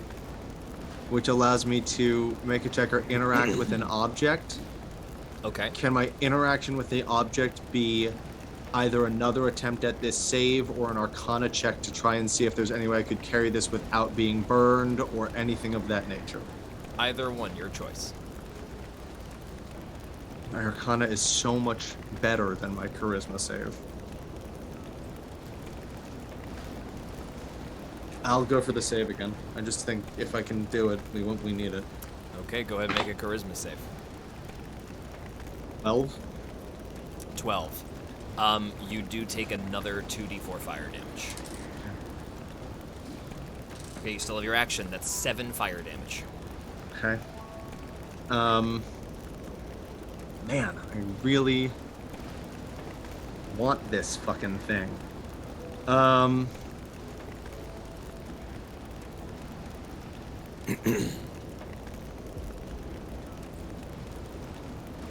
What is this scepter made of?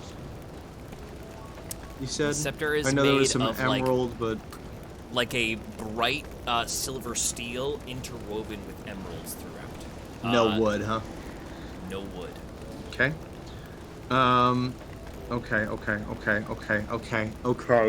Okay.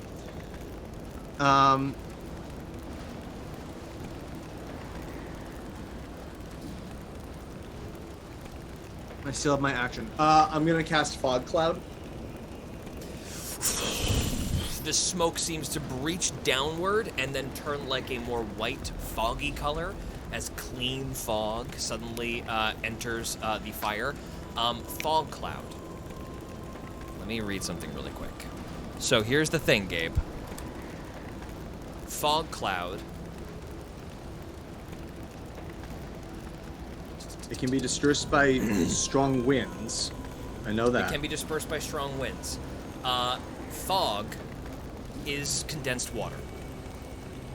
Which is going to start burning away in this Which smoke. is going to start burning away very quickly within the confines of a like rain is not even getting down to the fire down here.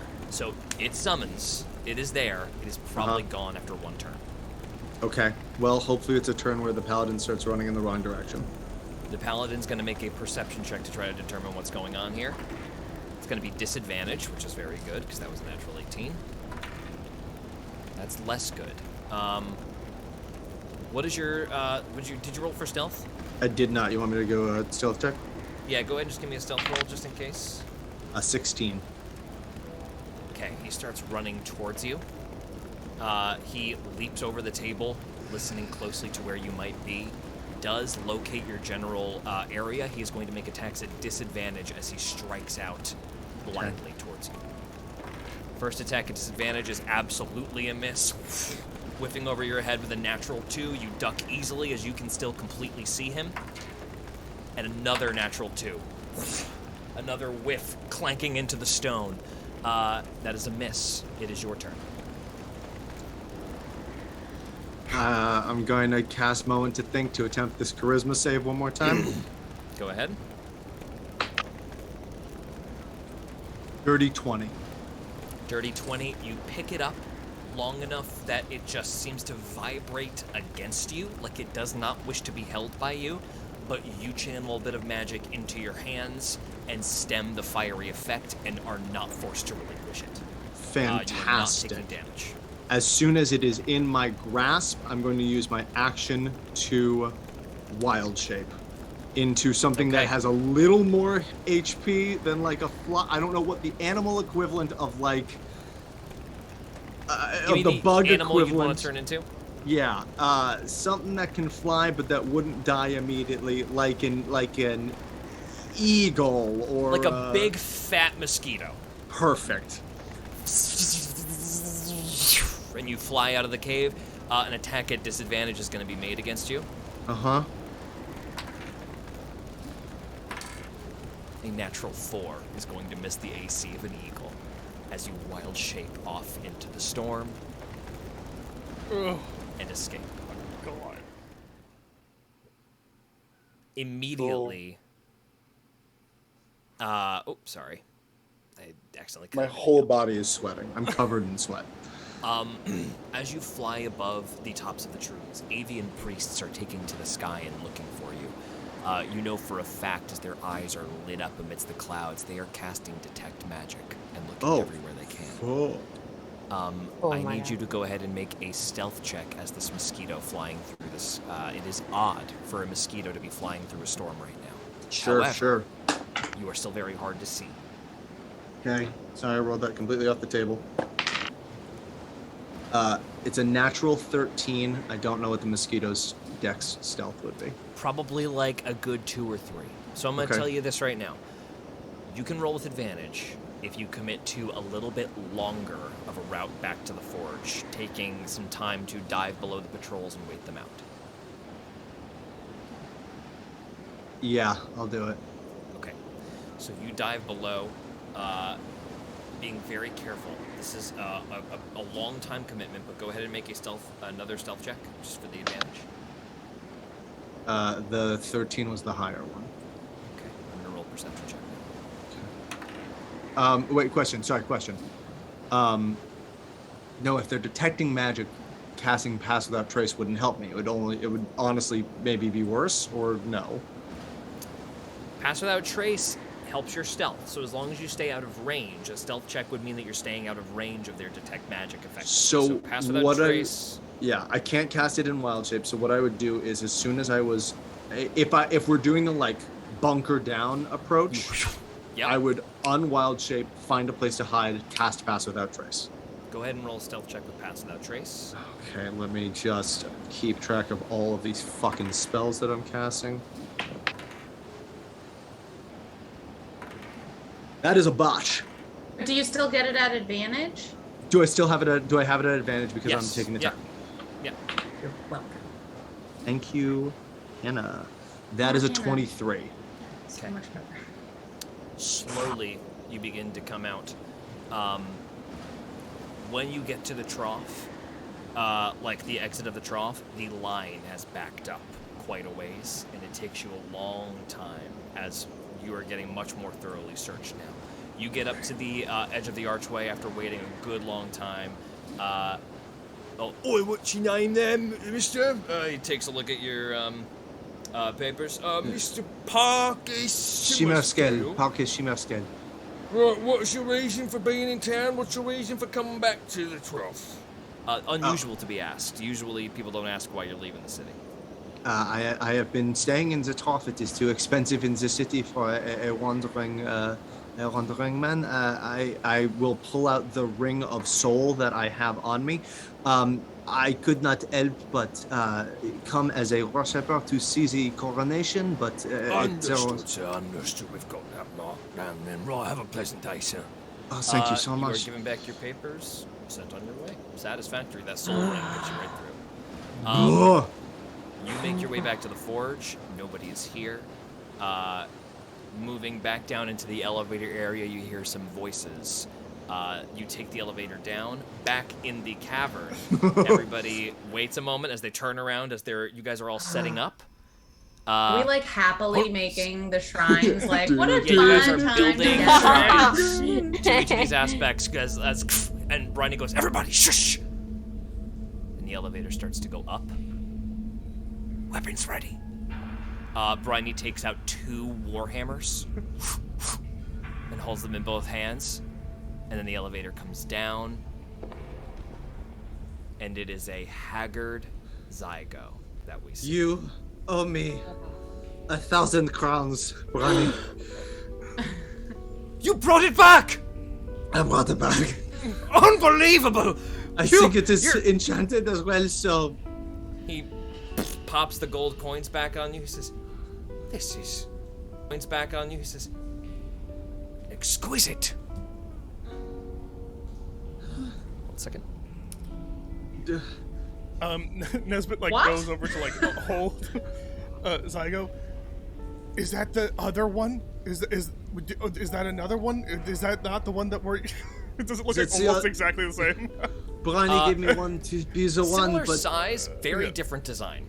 The one that you have is like gold with ruby and like yellow garnet stone, and this one is like basically it looks like you got a Gryffindor and a Slytherin staff here. Oh, cool. If that in terms of like aesthetic. It's like silver and reference. emerald and like the sun one is comprised of like wood with like Right. garnet and ruby inlaid.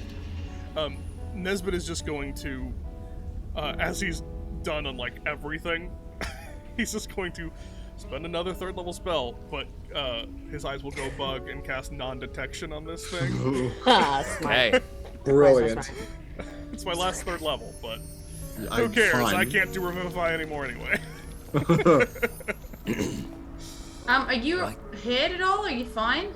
I am okay. I am alright. I've had worse. You look like you just ran a marathon.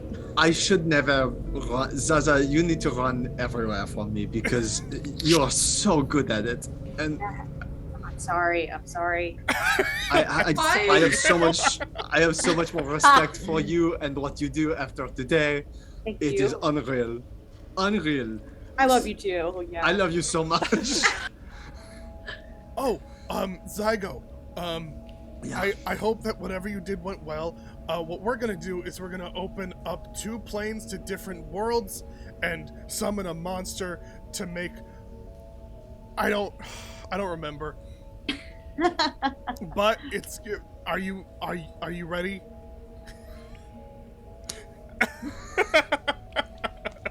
Yeah, are you Field ready? third. Yeah, sure. What do we need to be wary of, if anything? Yeah, Bridie. Right, so basically what's gonna happen, to give you like another little rundown on it since you were missing. So, what we're going to do here, you see that waterfall there? If Dylan, if you'll take us to the roll 20, please. Oh my no. God. Oh, I forgot. Here comes the map. It was the monster map. It was the monster. The map. Jesus. It was a great Forge Smash. Nice. Thank you. Thank you. All of you you. stand in the middle of this gorgeous Forges? Come on. again, Gorgeous. what looks like water is not actually water, but are vines layered on top of each other, glowing with this bioluminescence. So sick. over by this rock right here is like a big concentration of those vines kind of sticking out of the wall. Bryony said, so here we're going to draw like a little sigil here. We're going to open up a plane to the divine plane here. Very dangerous. A lot of energy is going to come through. We're going to focus it through this apparatus here. He has lifted several vines out of the center to kind of form like a little crafting table comprised of like hard vines. He's magically manipulating them with his fingers. Right, that should hold there. And then from this side, we're going to need the energy to go somewhere. Otherwise, this whole place is going to be obliterated in a blast of divine fury, for lack of a better term. So we're going to send that right to the infernal plane. Now, there's a little bit of something to know. They're going to send something to try to, stop what we're doing here. And there are several forces that are likely to come through. We can draw something in particular out by taunting it appropriately, but otherwise we leave it to chance what is going to come through and who is going to step up to stop us. There's many an evil, vengeful god looking for vengeance, especially on the mother. No. So, first of all, let's make sure our shrines are looking all right. Who took care of the shrine to Venus? It seemed appropriate that I. Right, do and it. what have you constructed here for us? Zygo just sits down. Yeah, take a break, take a breather. So You look like you're covered in soot. What were we like allowed to use for this thing? Just like anything. It is really up to your Okay. interpretation. So what I'm gonna do is I'm gonna put my old crossbow, almost set it up like a tombstone, and like take a bunch of like arrows that are like take a bunch of the arrows and just kind of spell out incorrectly Venus with arrows on the ground. He absolutely goes over and corrects that spelling. Yeah. Right, there you go. All right. And what I was thinking was that I was gonna when it all starts, Olivier's spirit is gonna set. You said it had to be like guarding or protection. Is gonna stand there like a guard ant. But won't be there for the whole time. But like at least at the beginning, that's what it will be. That's all Nesbit knows how to do. Oh, right. Nesbit does also like, if it's for protection, like just he doesn't know anything really else, will like set up like a rope trap, like near it. Ooh, the rope trap getting set up makes Bryony like, Right there, it's very good. Mimicking Venus's own tactics, that's very nice. Looking good, Mr. Bispy. How about, which one of you two took care of the shrine to Synth? For the healing magics. Oh, maybe I should do that. I did it. Right? Perfect, what have you constructed for us? Oh. I can't see behind you, you keep stepping in front of it. Okay, this is what I made. And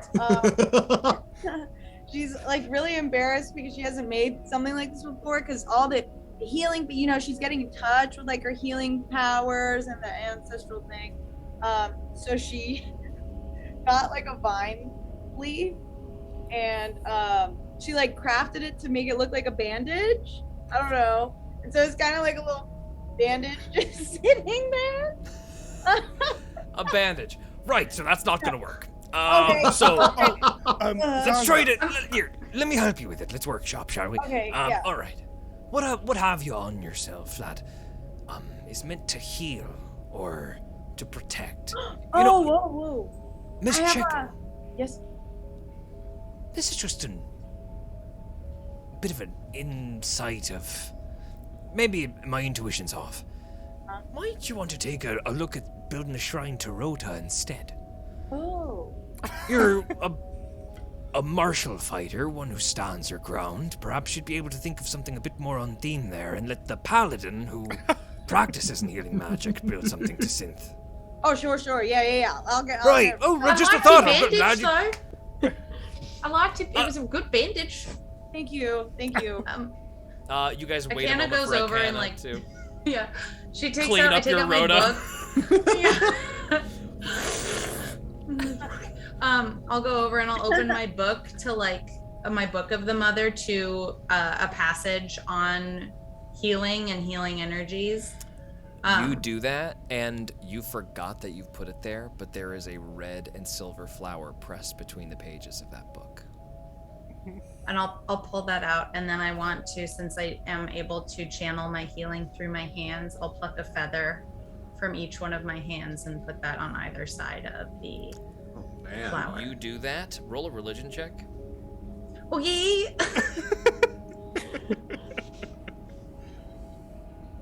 Right, religion. Here we go. Roll with advantage. You don't have to tell me twice. 24. The flower pulses and unfolds and regains its shape and volume. Bryony looks at you. All right, I think this is gonna work. Oh, cough.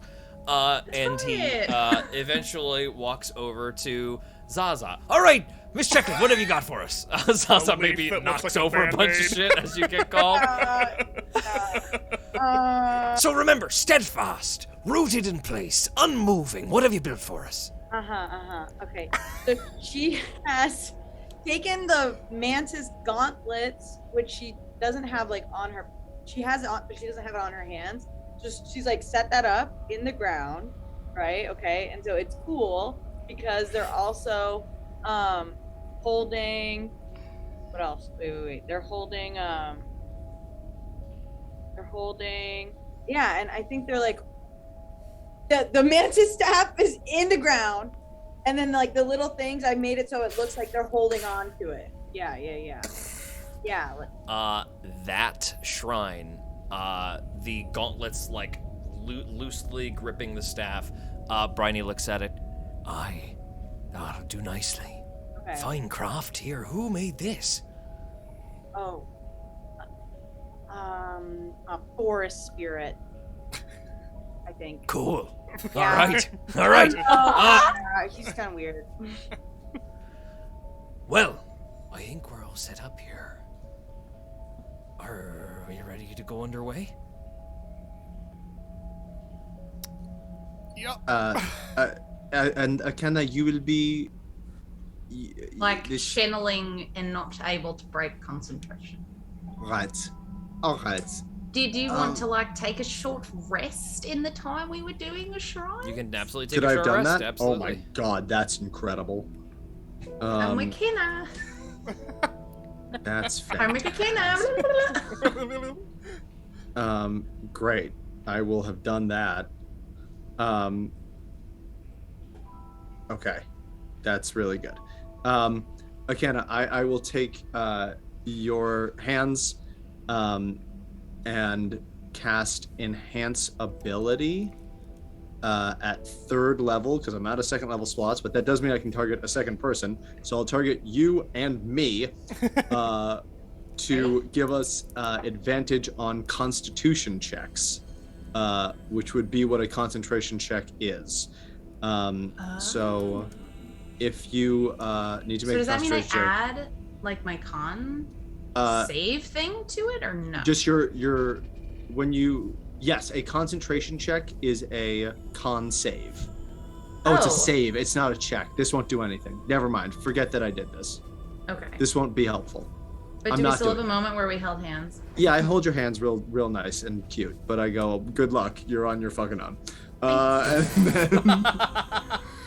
And then I remember how spells work and Wait, here but we it's go. not a save what I'm doing. It's just a concentration check, right? What I'm gonna look that up because I genuinely don't know. Go ahead and tell me what you're look it talking up. about. Constitution check. I'm gonna say, can It's a enhance an concentration ability help on a concentration check? Concentration checks are Constitution saving throws. Yeah. So if it enhances a Constitution saving throw, it is good. I don't think it does.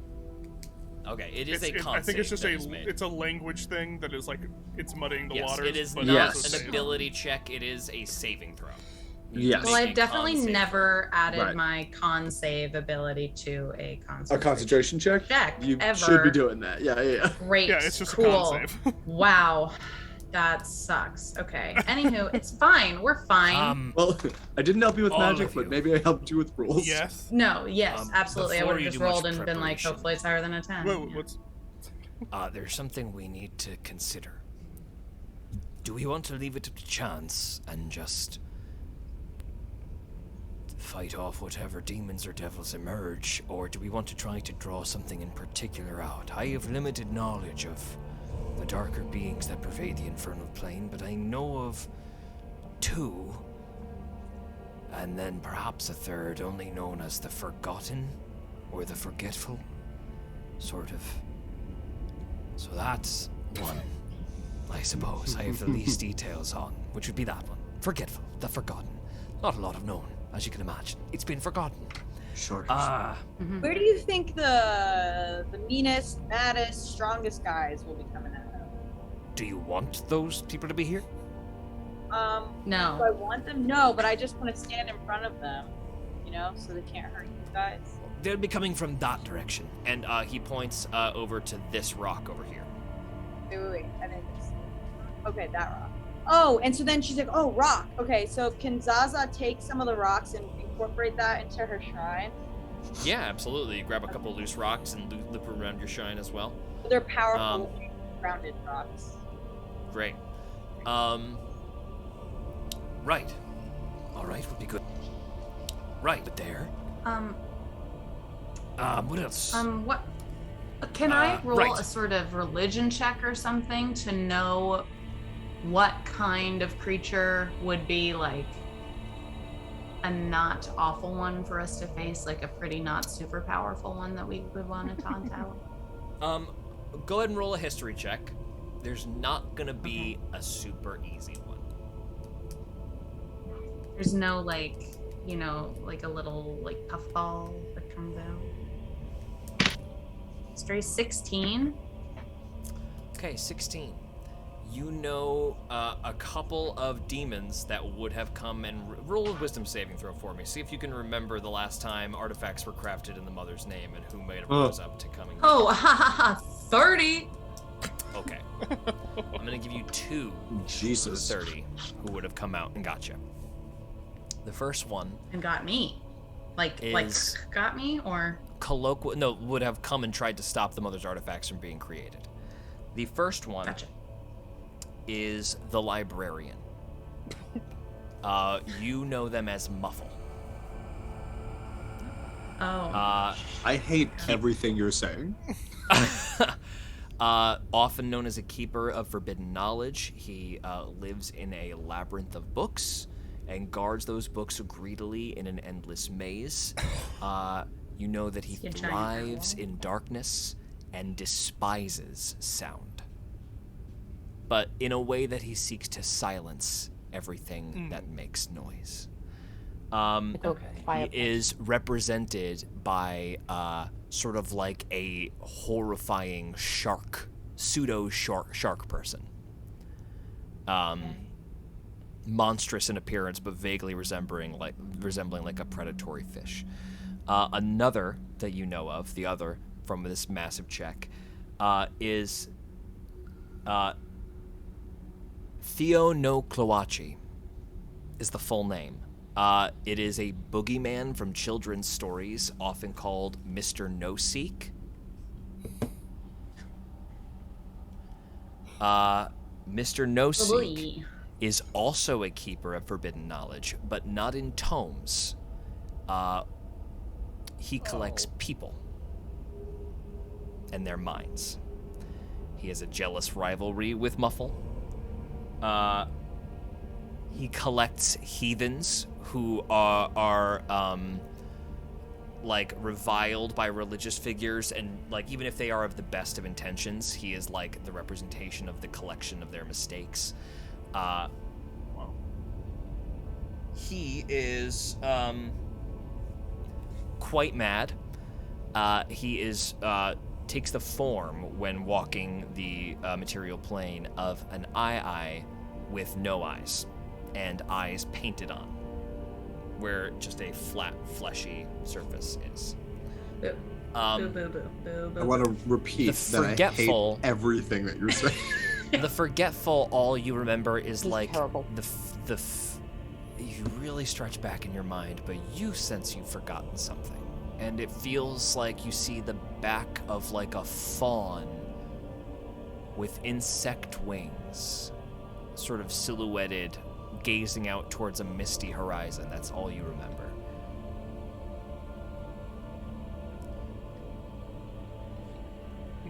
That's all I've got for you. Okay. Good job, George. And we have Thank to you. pick which one of these we'd like to see. I see what you did. Oh man. Okay, so well, from what I can remember, there's one who likes to silence. He hates sound. There's another who takes people. And the forgotten is fuzzy. Something about a fawn with wings. But I don't know how powerful it is or anything like that. I see what you did, you brilliant bastard.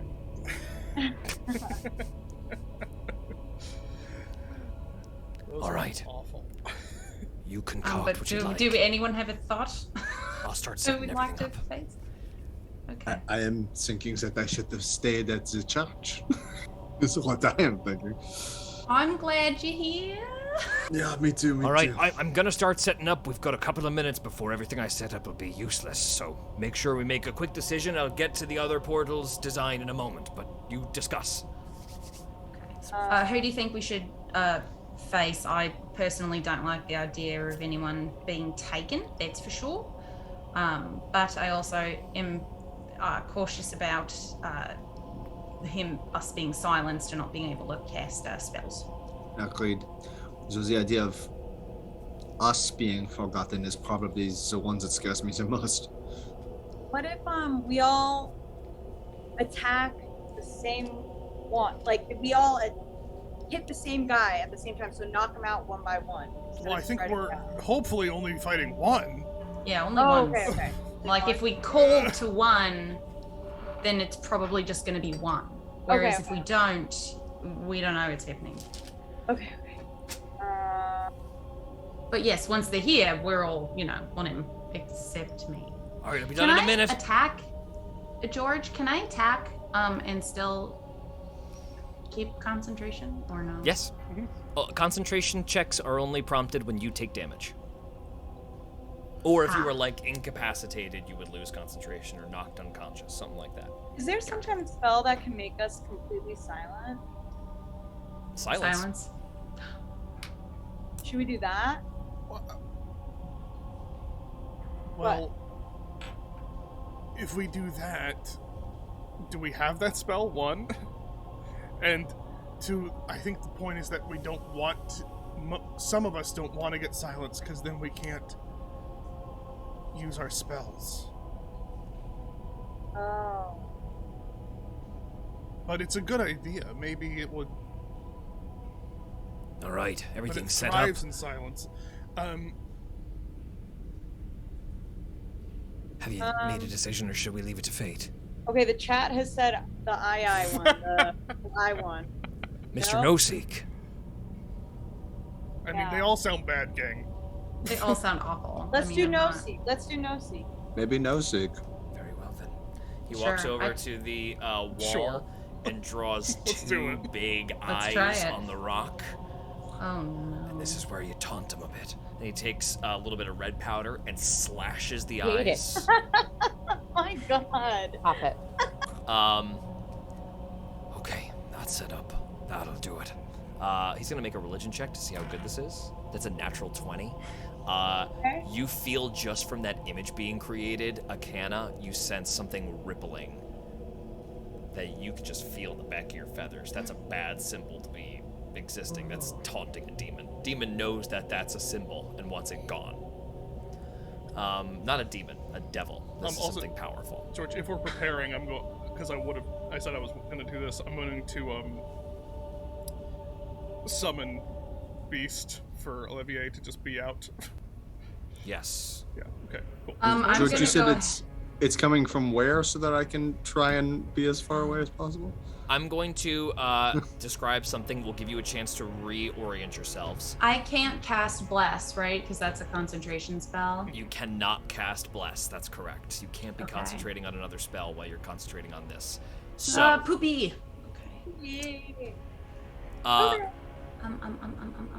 Briny walks to the center, stepping lightly on top of the vines, and Wait, can I have 1 second? I might want to Yep. do something really quick before. Is this a celestial, elemental, fey, fiend, or undead that's coming through? probably a fiend for sure. Okay. And we know where it's coming out of. It's gonna come out of this area right here. Okay. Quick question to the D&D people: do I cast magic circle around this so it cannot leave the magic circle? How long does it take to cast that spell? I will leave a minute, and it lasts for an hour, and it does not take concentration. Why not?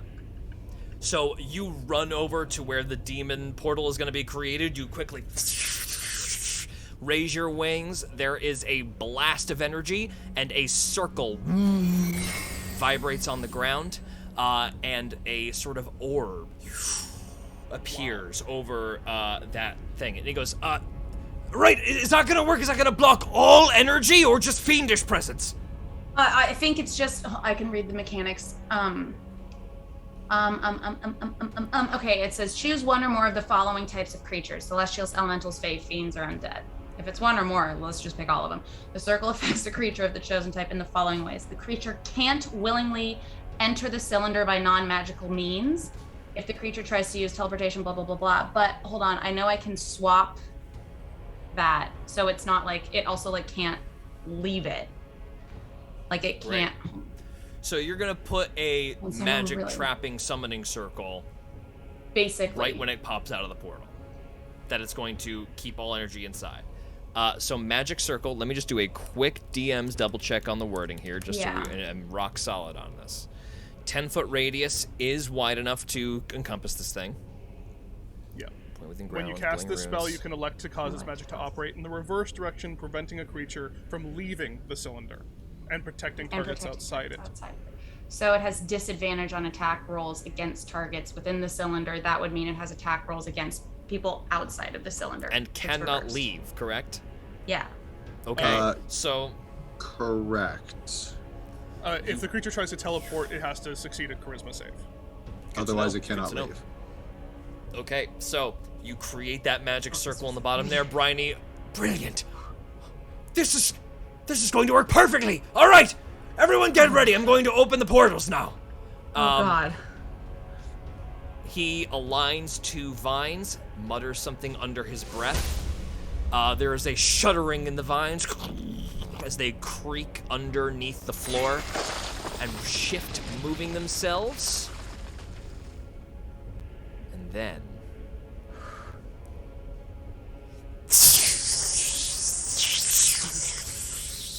little circles appear on the rocks. One bright blue, rippling with divine energy, and the other one fiery, demonic orange and red. I'm going to place them on the map. So they should be visible now.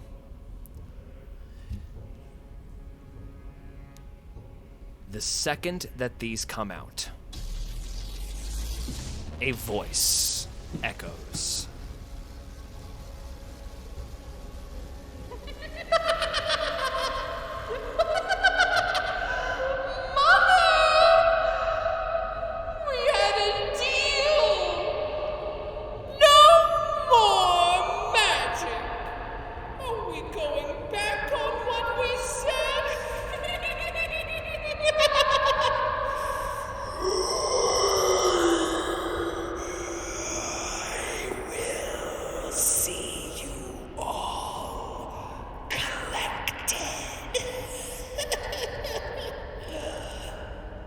What's wrong? You won't let me in? Everybody go ahead and make a perception, or an investigation check, actually. What if we want to do perception instead? George, by the way, I can't move my... Yes, I'll let you move your stuff, sorry. Yeah, I can't either. I gotcha. Investigation or perception? Either one. Let's say it's either one. Oh. Is this site based? It is, So I'm out of the game. on unless this you would one. like to move closer. Sure, fucking don't. 26. 26. There is already something invisible standing in the magic circle. Something Oh, small. hate it. And somehow like hunched but still very small, even if it was standing up straight. Sort of almost like a creature that's like bent over on four, like on its knuckles, just sort of crouched there like a little imp. Am I the only one who sees that? You are. It I is think, yeah. fully invisible. Okay, so I want to communicate that to the rest of the party. Yeah, you tell everybody like something's in there. Yeah. You are all aware of that at the very least. You should all be able to move your stuff now. Oh my god. And is everybody like firmly looking at the hellish portal right now, trying to like determine where that thing is? I don't know what I need, what my role is. Am I like palms out at both sides? Am I No, like, you just got what do I it. Magic do? circles up and going. No, I mean for like my mother-esque job. I think it's just happening. You It's can just move around concentration. wherever, and you're just concentrating. Yeah. It's just that you're concentrating on it. So concentration just means that you have a concentration spell active. If you take damage, you will make a Constitution saving throw to maintain concentration. If you fail, this ritual fails and it does nothing. I'm gonna starry form so that I get 120 feet of blind sight. Great. You do that, and as soon as you do, your passive perception is... what is your passive perception? 23. Okay. One moment. So sorry. Wait, Hannah, what was that one we wanted to remember from mine? If I attack it first, it rolls has disadvantage on anyone else. Attacks against anything else, yeah. Yeah. It already has disadvantage, so would that be double disadvantage? No, it would just be disadvantage. No. But I also think we take half damage if it does hit us, or am I making that up? Double check that. Sounds good. I'm down with it. As magical blue tendrils emit from the divine portal, begin to loop around the staff that has been placed at the center of several grasping vines. The staff alights and begins to shake and vibrate. A glowing forms around Akana's head as you feel something in your brain occupied with focusing that energy, and you see all three shrines suddenly with different colors, softly coloring the ground blue, pink, and green, spreading out and overlapping on a Venn diagram on the floor. And in that moment that you cast Blind Sight, you notice that something has suddenly emerged out of the divine portal, floats over the staff. There is a rippling radiant blast. I need everybody to make a... This is going to be a charisma saving throw. Zaza, I need you to make this save at disadvantage. Oh, I'm close or something? Bryony gets a +3. Bryony gets a +3. It. What save is it? I'm so sorry. Charisma. Charisma. Okay. Okay. Bryony fails. 8. Oh, fuck. Wait. Even with we rested, right? You did. You took a short rest, not a long rest. So if your luck points were gone, they are still gone. Fuck. 30-20. Nat 20. Okay. Nice. Nat 20. Where am I? Where are they? Oh, does the nat 20 save, Bryony? They gone. Shit, let me check. I'm sorry. What'd you get, Zaza? Well, it's drastically different. I either got a 5 or a nat 20, and so I'm trying to figure out. Oh my god. How is it one or the other? Because if I use a luck point, then it's not a disadvantage, right? Or no? Are that you was my out of? second one. Are you out of luck points?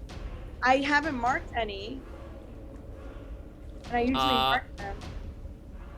Okay. I think didn't you use your last luck point with Vivian? I think so. I remember Yeah? some version Okay. of that. I feel like we had a moment where it was your last luck point. Okay, so then I got a 5. Okay. What did everybody get? Zaza got a 5. Akana, what'd you get? Dirty 20. Okay. Nesbit, nat 20. Nat 20. Zygo, what did you get? 8. Okay. And Bryony fails.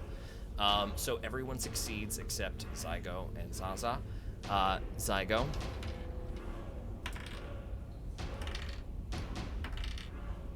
Oh no. So everyone who fails takes 17 points of radiant damage. Everyone who succeeded takes 8 points of radiant damage. Nat 20 takes 0 damage. Nesbit. A radiant blast echoes through the chamber. Zaza, you see this happen, you see it strike your chest, and you feel something within you suddenly cease, and the lights dim, and suddenly you are unconscious. Something has done something to your undead form and rendered you completely obsolete. You fall over prone. Oh. And from within the divine portal, a voice rumbles.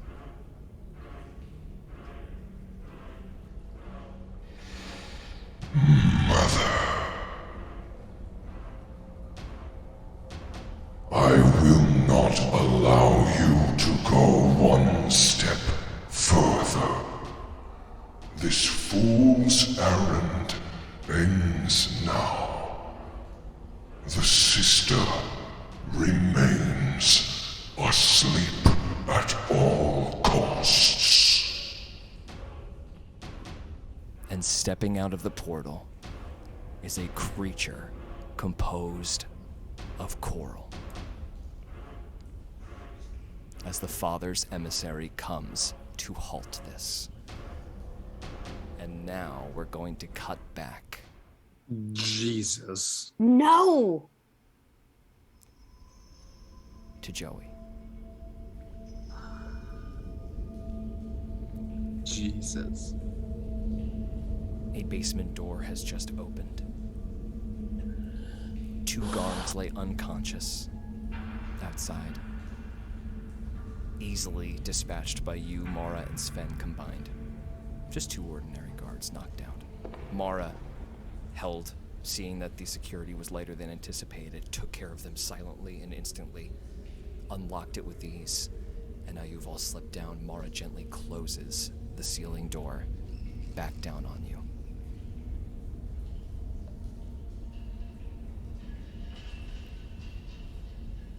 I'm going to give everybody permissions to see on this new page, just so everybody knows what's going on.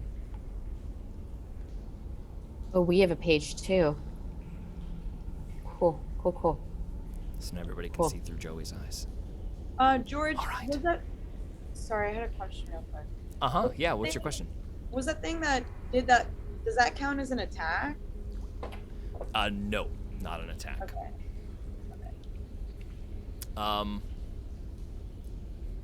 One second, I'm just gonna... Do I have to roll since I took damage? Even though I made the save? Yeah, go ahead and make... you haven't... make a Constitution saving throw, yeah. Oh, okay. I mean, I took 8 radiant damage, so... Yeah, because it's radiant damage for this, you can make Wow, it 10 advantage. exactly. Well, 10 Okay, is a well. save, so you're good. 10 is a save. Should I roll in case it's a nat 20 and then something fun happens? Sure, why not? It's not. Oh, would have been a 24, which is pretty cool, but yeah.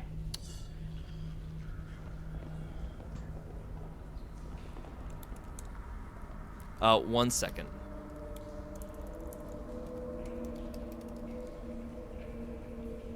So nervous.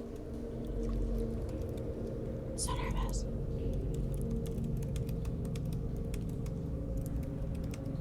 I just want to say Neil Patrick Hairless in the chat. Great name. Oh my god. Crazy. amazing. Such a good name. Makes me laugh so hard. Okay. So, Joey, you creep along. Would you like to go ahead and make a stealth check for me as you enter this dark, skinny yes, basement? I would. Thank you, George. Is it at advantage because I'm invisible? Yes, it is. Great. 25? 25. Your mother rolls a 26. Great. Sven rolls a 21. Okay. You all That's silently begin to creep down the hallway. Go ahead and move yourself as you like, Joey. I'm gonna pop a detect magic. Great. You do so. If You you don't do that, detect that would anything right now. make you visible. That makes me visible? Why does It nobody would. tell me? But somebody else cast the spell on me. Doesn't matter. Doesn't It is matter? if If you do take an action while invisible, you will become visible again. That's true. Then I don't cast detect magic. Okay. Roll an investigation check for me as you move down the hall. Mara whispers to you, keep an eye out for traps. Roll with advantage. Oh god.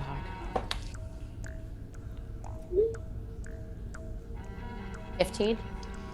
Okay, go ahead and move down as you like. Okay. We're all following you. A corner Die. on your left. You Okay. notice that very Joey's gonna subtly, a pause 15 is the exact difficulty, that on this corner here, there is a tripwire running subtly along the floor. Okay, Joey's gonna go like this, which is tripwire in Thieves' Camp, and then Yeah, go ahead. You want to use your thieves' tools to try to, your sleight of hand to try to disable it? oh yeah, sure, why not? I have to roll at a disadvantage though, right? Sleight of hand, you won't need your thieves' tools for this. You can just, like, cut this wire carefully. You don't need, like, lock-picking tools. 28, George. You just unhook it. The music's so scary. You can continue moving if you like. Okay. As I peer around the corner, that's it. I'm just gonna peer around the corner. Okay. Then I'm gonna keep going slowly.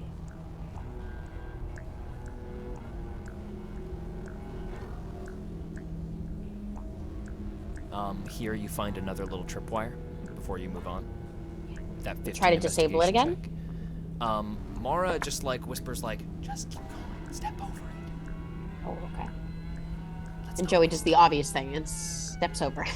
Just pop over the tripwire, keep walking, keep going forward. Another tripwire on the Oh, floor. I didn't mean to do that. Sorry. Another tripwire. She jumps. She motions to everybody else. She goes, Okay. peers around the corner again. Nothing, but it appears to be like a big open chamber suddenly. Okay, we're all invisible, right? You are all invisible. Okay, that makes me feel a little bit better about all this. All right. Okay.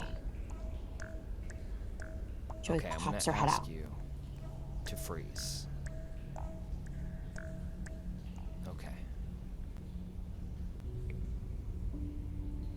In this dark room, the second you walk past, there is a figure in a cage, slumped over. 3 cages bordering the wall at the far end of this dark warehouse. Several old instruments cramming the sides and the corners. Looks like big suits of armor that maybe were used for Operation Iron Shell scattered across the floor. This is not Rudy's. This is not where you guys left that thing in disarray. This is a different place. But that iron armor sort of like cast aside around the cage, and on top of the cage is the helmet, just kind of sitting there. As you walk through this threshold, your invisibility dissipates. Sven becomes visible. There's no magic coming from his hand as he tries to cast a cantrip.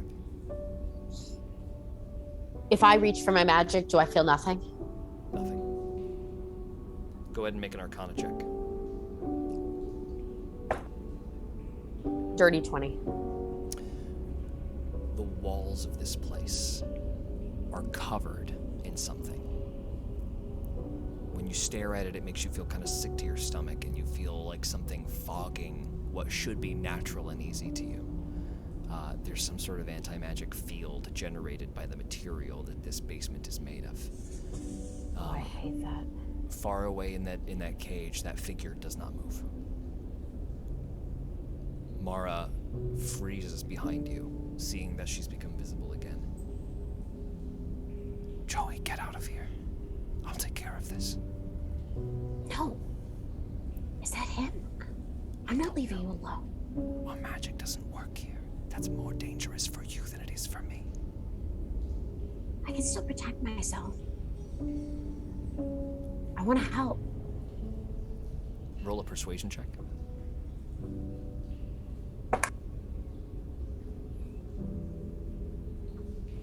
Low. But it's still a 13. Mara concedes only because she is not. Roll an insight check for me. 15. Even with your mother's bandana up, you can see tears in her eyes. She is anxious and isn't really thinking, and just moves past you and says, just step carefully. And you begin to walk towards the cell.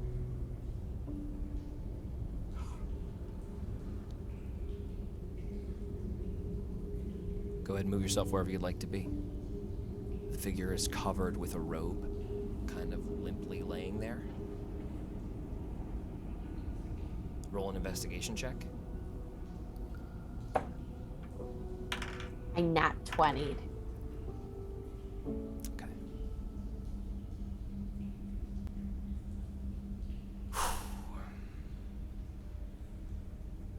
Give me 1 second.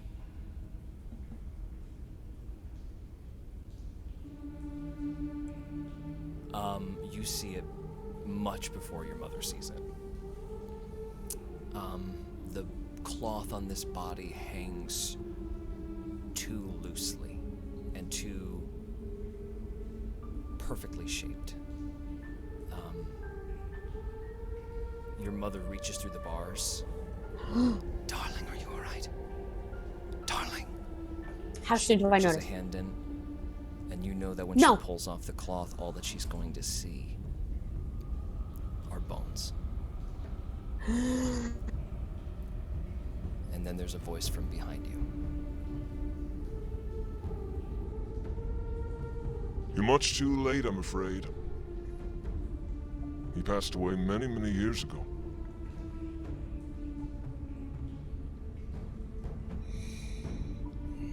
Joey freezes and slowly, so slowly, turns around. The second you turn around and see Boris Niles and Rudy Smith standing in the room, wicked-looking bolos spin through the air towards you. From a contraption on Rudy Smith's under either arm, 2 bolos wrap around your mother and Sven. Go ahead and make a dexterity saving throw. With disadvantage.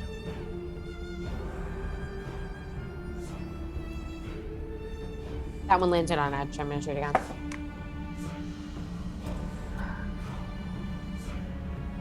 $15.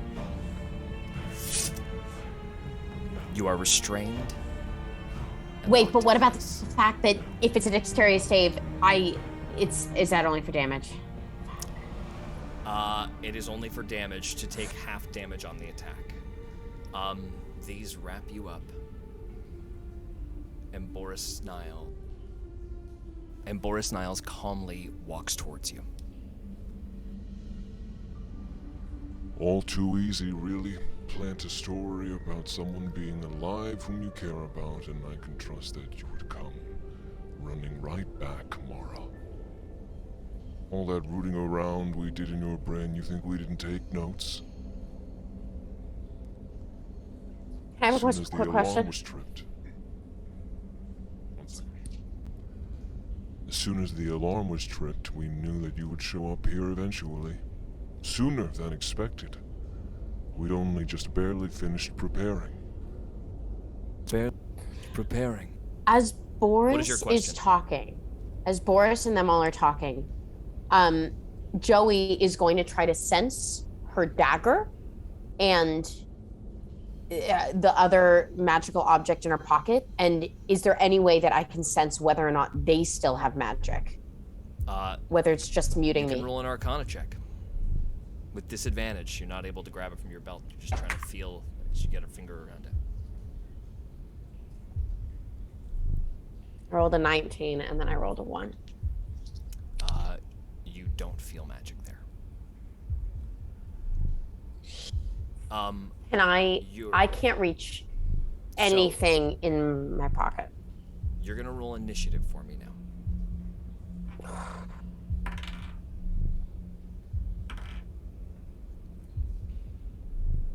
Rolled a 22, actually. First time I've ever had a relatively high initiative roll. Okay, I'm going to roll initiative for everybody here right now. Roll initiative for Mara. That's a natural 20 for Mara. Ooh. With a +9 bonus. Let's go, Mara. Oh my god. She's going to take an extra action on her first turn. Sven rolls a botch. He will not take an action this turn. Boris rolls a 14.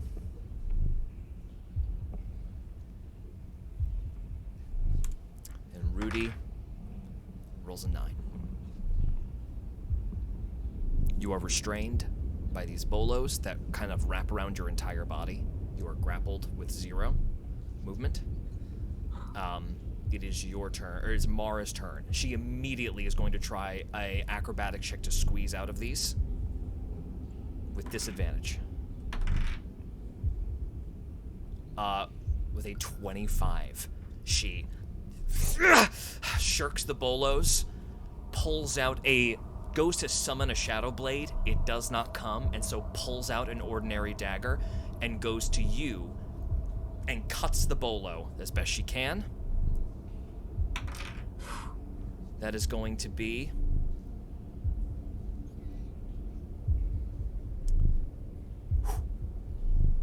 a 21 to hit, which is enough. Only is going to do 6 damage to the bolos, does not completely cut them all the way. Does she get sneak attack on the bolos because she's next to Jackie? I don't think you can sneak attack anything that's not a creature. That's fair. So, that is her double attack. She goes, you have to get out of these as soon as you can and get out. It is now your turn.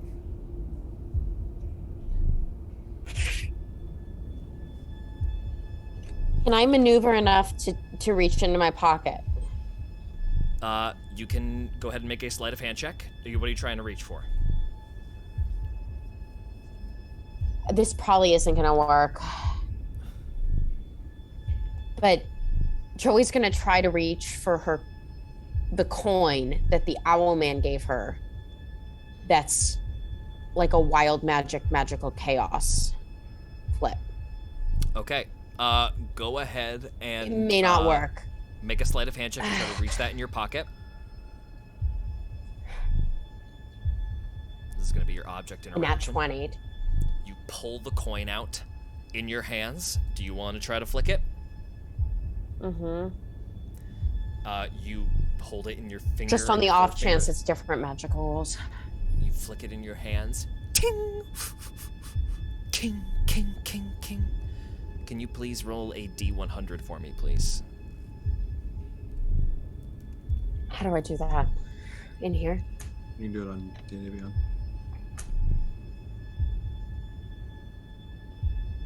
I think that's a D100. No, that's a D20. How do you do 100, George? It's 2 tens. It's the 2 on D&D Beyond, Jackie. It's the 2 dice. That's right. If you go like the dice thing, it's the 2. Okay.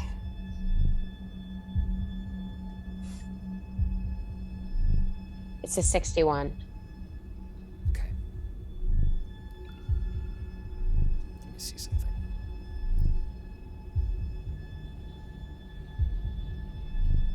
Where is it?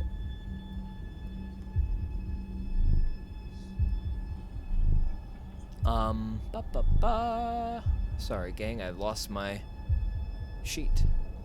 Oh, it's okay. I'm just gonna die in the tension, but...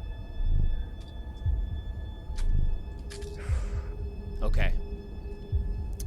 You flick the coin forward, and all of a sudden, just like boom, boom, boom, 3 little lights dance around the coin as it lands on the ground.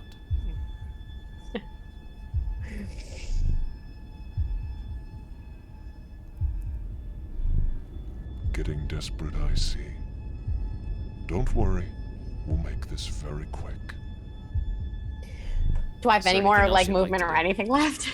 You have a bonus action left if you'd like. Your action was to flip the coin. Can I bonus action? Can I? How much movement do I have? Could I draw? Like, but I couldn't like reach my wrist. Could I? I can't bonus action try to wiggle. Fortunately, cannot do somatic components to spells. So I think that your turn is probably over. Is that correct? Okay, my turn is over. Yes. If you think so, okay. Boris walks forward.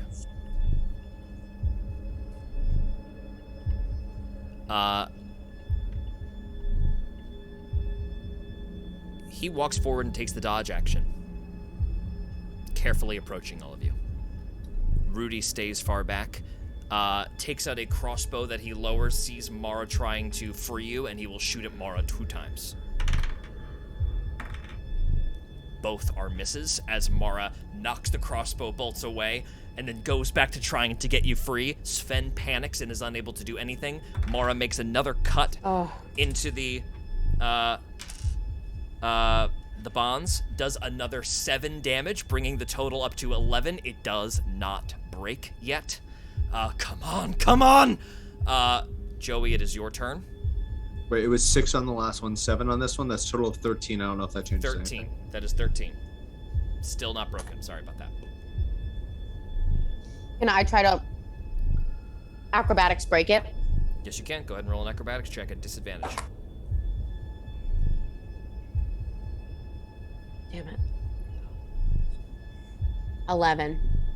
Okay, you are unable to get free. That is your action to try to escape. You don't have any other bonus actions. It is going to be Boris's turn. Bonus yeah, never mind.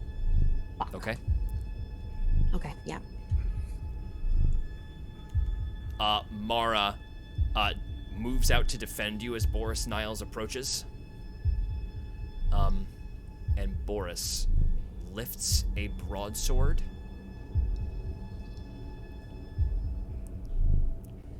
and swings on your mother. And it moves fast. First attack is a 22. That is a hit.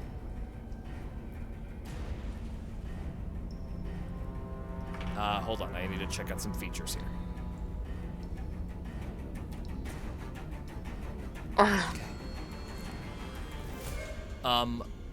You see Boris thump his chest, and an aura seems to follow him as he walks. Just dark and quiet and driven. He gains temporary HP, and he gives himself advantage on weapon attacks until the end of his current turn. He's going to make every attack an advantage right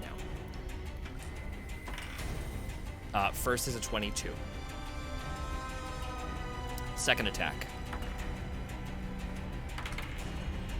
is a 29. Third attack is a 23. Fourth attack is 24.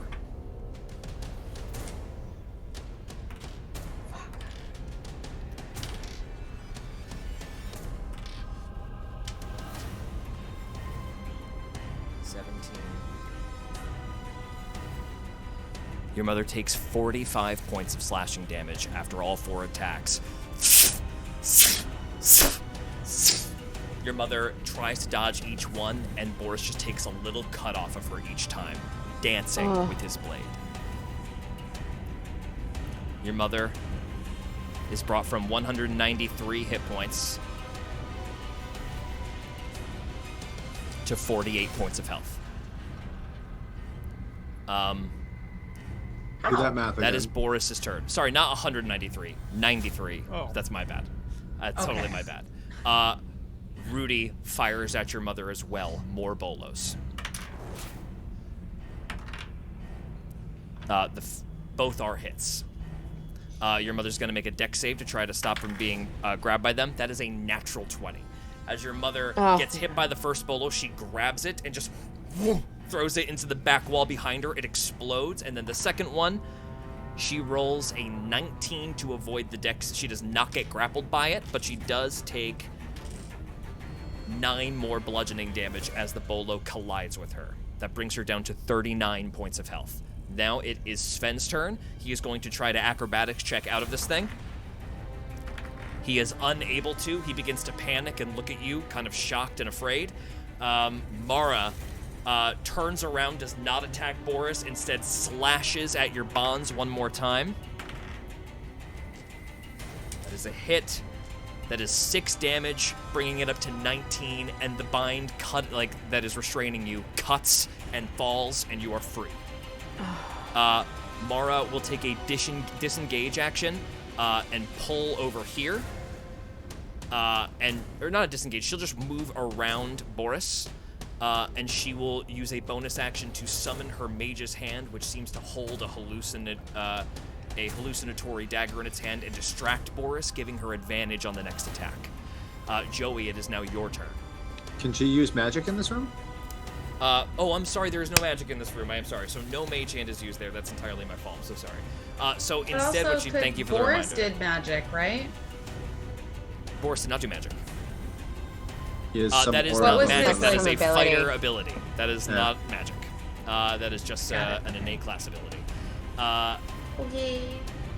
So, sorry, just getting my shit straight. Making sure Mara doesn't have another good bonus action to use before this. Where is Mara? Oh, she's right there. She's right there. She does not have a good bonus action. She just yells at you again. Get out of here! I'll hold him! Just go, Joey! Listen to me! Remember what we said! It is your turn, Joey. Okay, I'm out of my bonds, right? You were out of your bonds. And Mara just took the disengage action, yes? Mara did just take the disengage action. Okay, using my movement, I'm gonna grab Sven.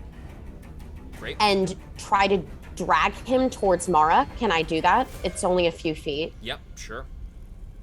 And then with my action, Joey's gonna reach into her pocket and grab the cigar that she got in the very, very, very beginning of this entire thing and blow fog cloud. Okay. So, these are magical effects here. Those lights that formed when the coin got flicked forward, as they shing, shing, shing floated out, they immediately went and snuffed. As the fog cloud blows out, it makes a fog for a moment and then seems to just whip away from a wind as it sinks down into the floor. Yeah? George hates fog clouds. Addendum, which is that I wouldn't have done it had I known the lights had blinked out, because I was going on the assumption totally fair. that the objects that's weren't. my bad. I agree. That's totally fair. So you If rethink that. Yes, 100%. Okay. That's on me for not giving you that visual clue. That's all good. Then in that case, can I carry Sven? Like, what's the deal with that? Sven is probably like 70 pounds. What's your strength score? Low. +0. You can throw him over your shoulder. Yes. Okay. Then I will have done that with Sven. I'm gonna run over to Mara, and I'm gonna grab her hand and try to pull her. Okay. You are not going to be able to pull both. You got to pick one. Okay. Okay. Then in that case, I'm gonna come here, and then I'm gonna throw one of my daggers, my non-magical daggers, with sneak attack. Towards I think that's Boris. Okay, go ahead and make an attack on Boris Niles. You would not get sneak attack against him, Jackie. No sneak attack. Because she's not close enough. I don't know what to do.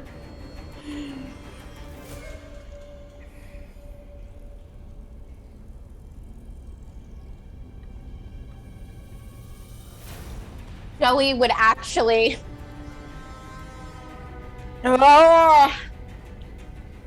She pulls out her ruby dagger with the coyote head in it. And as she has Sven over her shoulders, and as she runs by Mara, she grabs Mara's hand and she places it in it.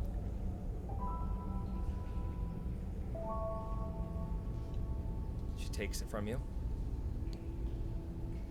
She looks at you. Don't die. Go. Run.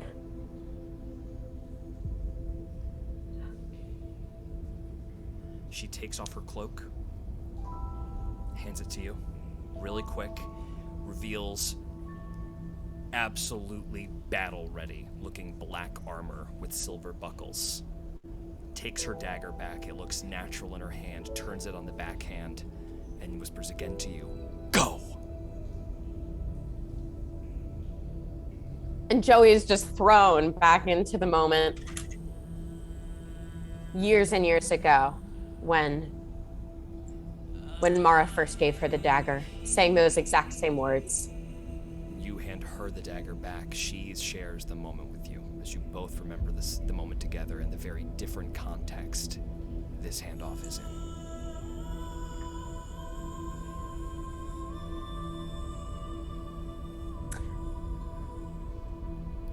I love you. I love And you then too. Joey runs. Go ahead and maybe remove speed as far as you can. You And I'm gonna have bonus a action dash. Bonus action dash as well, absolutely. Go ahead and move yourself however far that would be. You've moved 15 feet so far. Okay, I'm gonna get the little snappy thing. So I get to go 30 plus another. 30, 60 total. I get to go 60. And then Have you taken Once- an action this round? No action, you can No. triple move if you You can want go to. 90. I'm gonna go 90. Go ahead and I'm move so yourself sad. behind. As you sprint away, Boris barks towards Rudy. After them. Don't let them escape. I want to end this once and for all. Of course. Ah! He chases after you. Boris, you are around the corner. I'm gonna roll some rolls. So sad.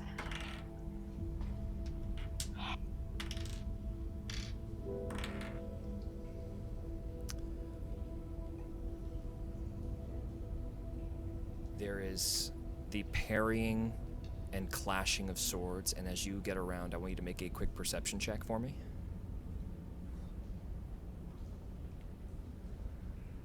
Nine, 18. 18. As you run around the corner, you hear the clang, clang, clang of steel meeting steel. And then the swordplay stops.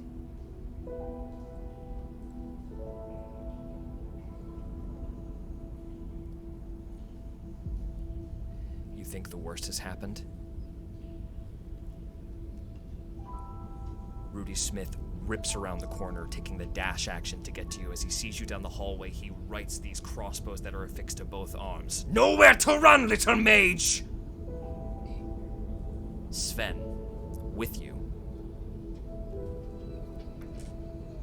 Over your shoulder, burns a sorcery point. Subtle spell, no components. He casts Subtle Spell as his eyes blink. And he casts Banishment on Rudy Smith. Oh! Sven, a rageful little boy, blinks white eyes. And Rudy Smith is gone. Oh my god. And then Sven just closes his eyes, holding him there. It is your turn.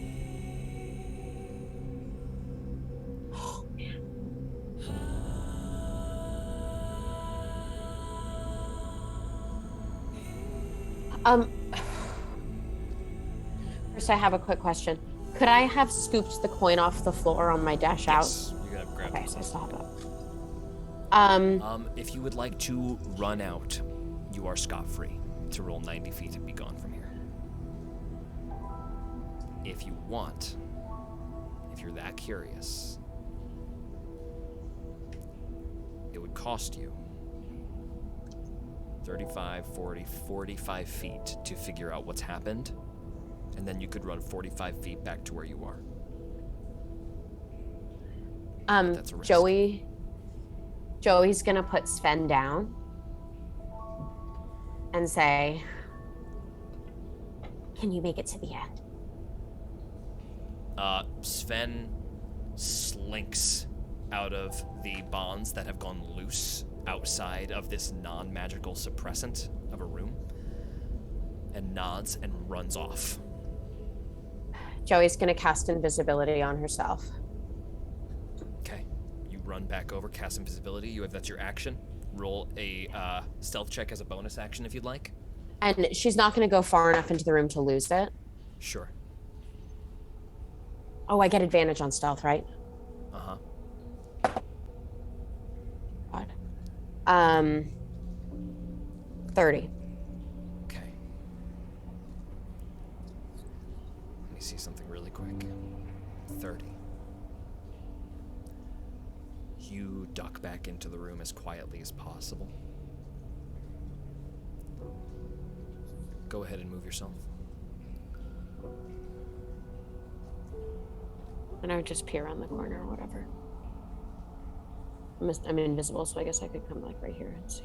You can go ahead and move out of turn order a bit. Your mother is on the ground motionless, and Boris picks the dagger out of her limp paw. Looks at it, looks towards the entrance. Seems to look at you directly in your eyes, but then looks through you. Mr. Smith, we have one. Now we must find the other. Mr. Smith! Rudolph, show yourself. Your mother does not move. As Boris strolls out. Walking directly past you, his blade covered in blood.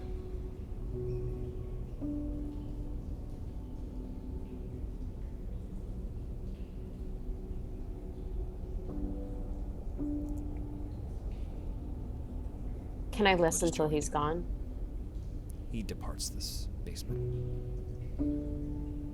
Joey runs forward.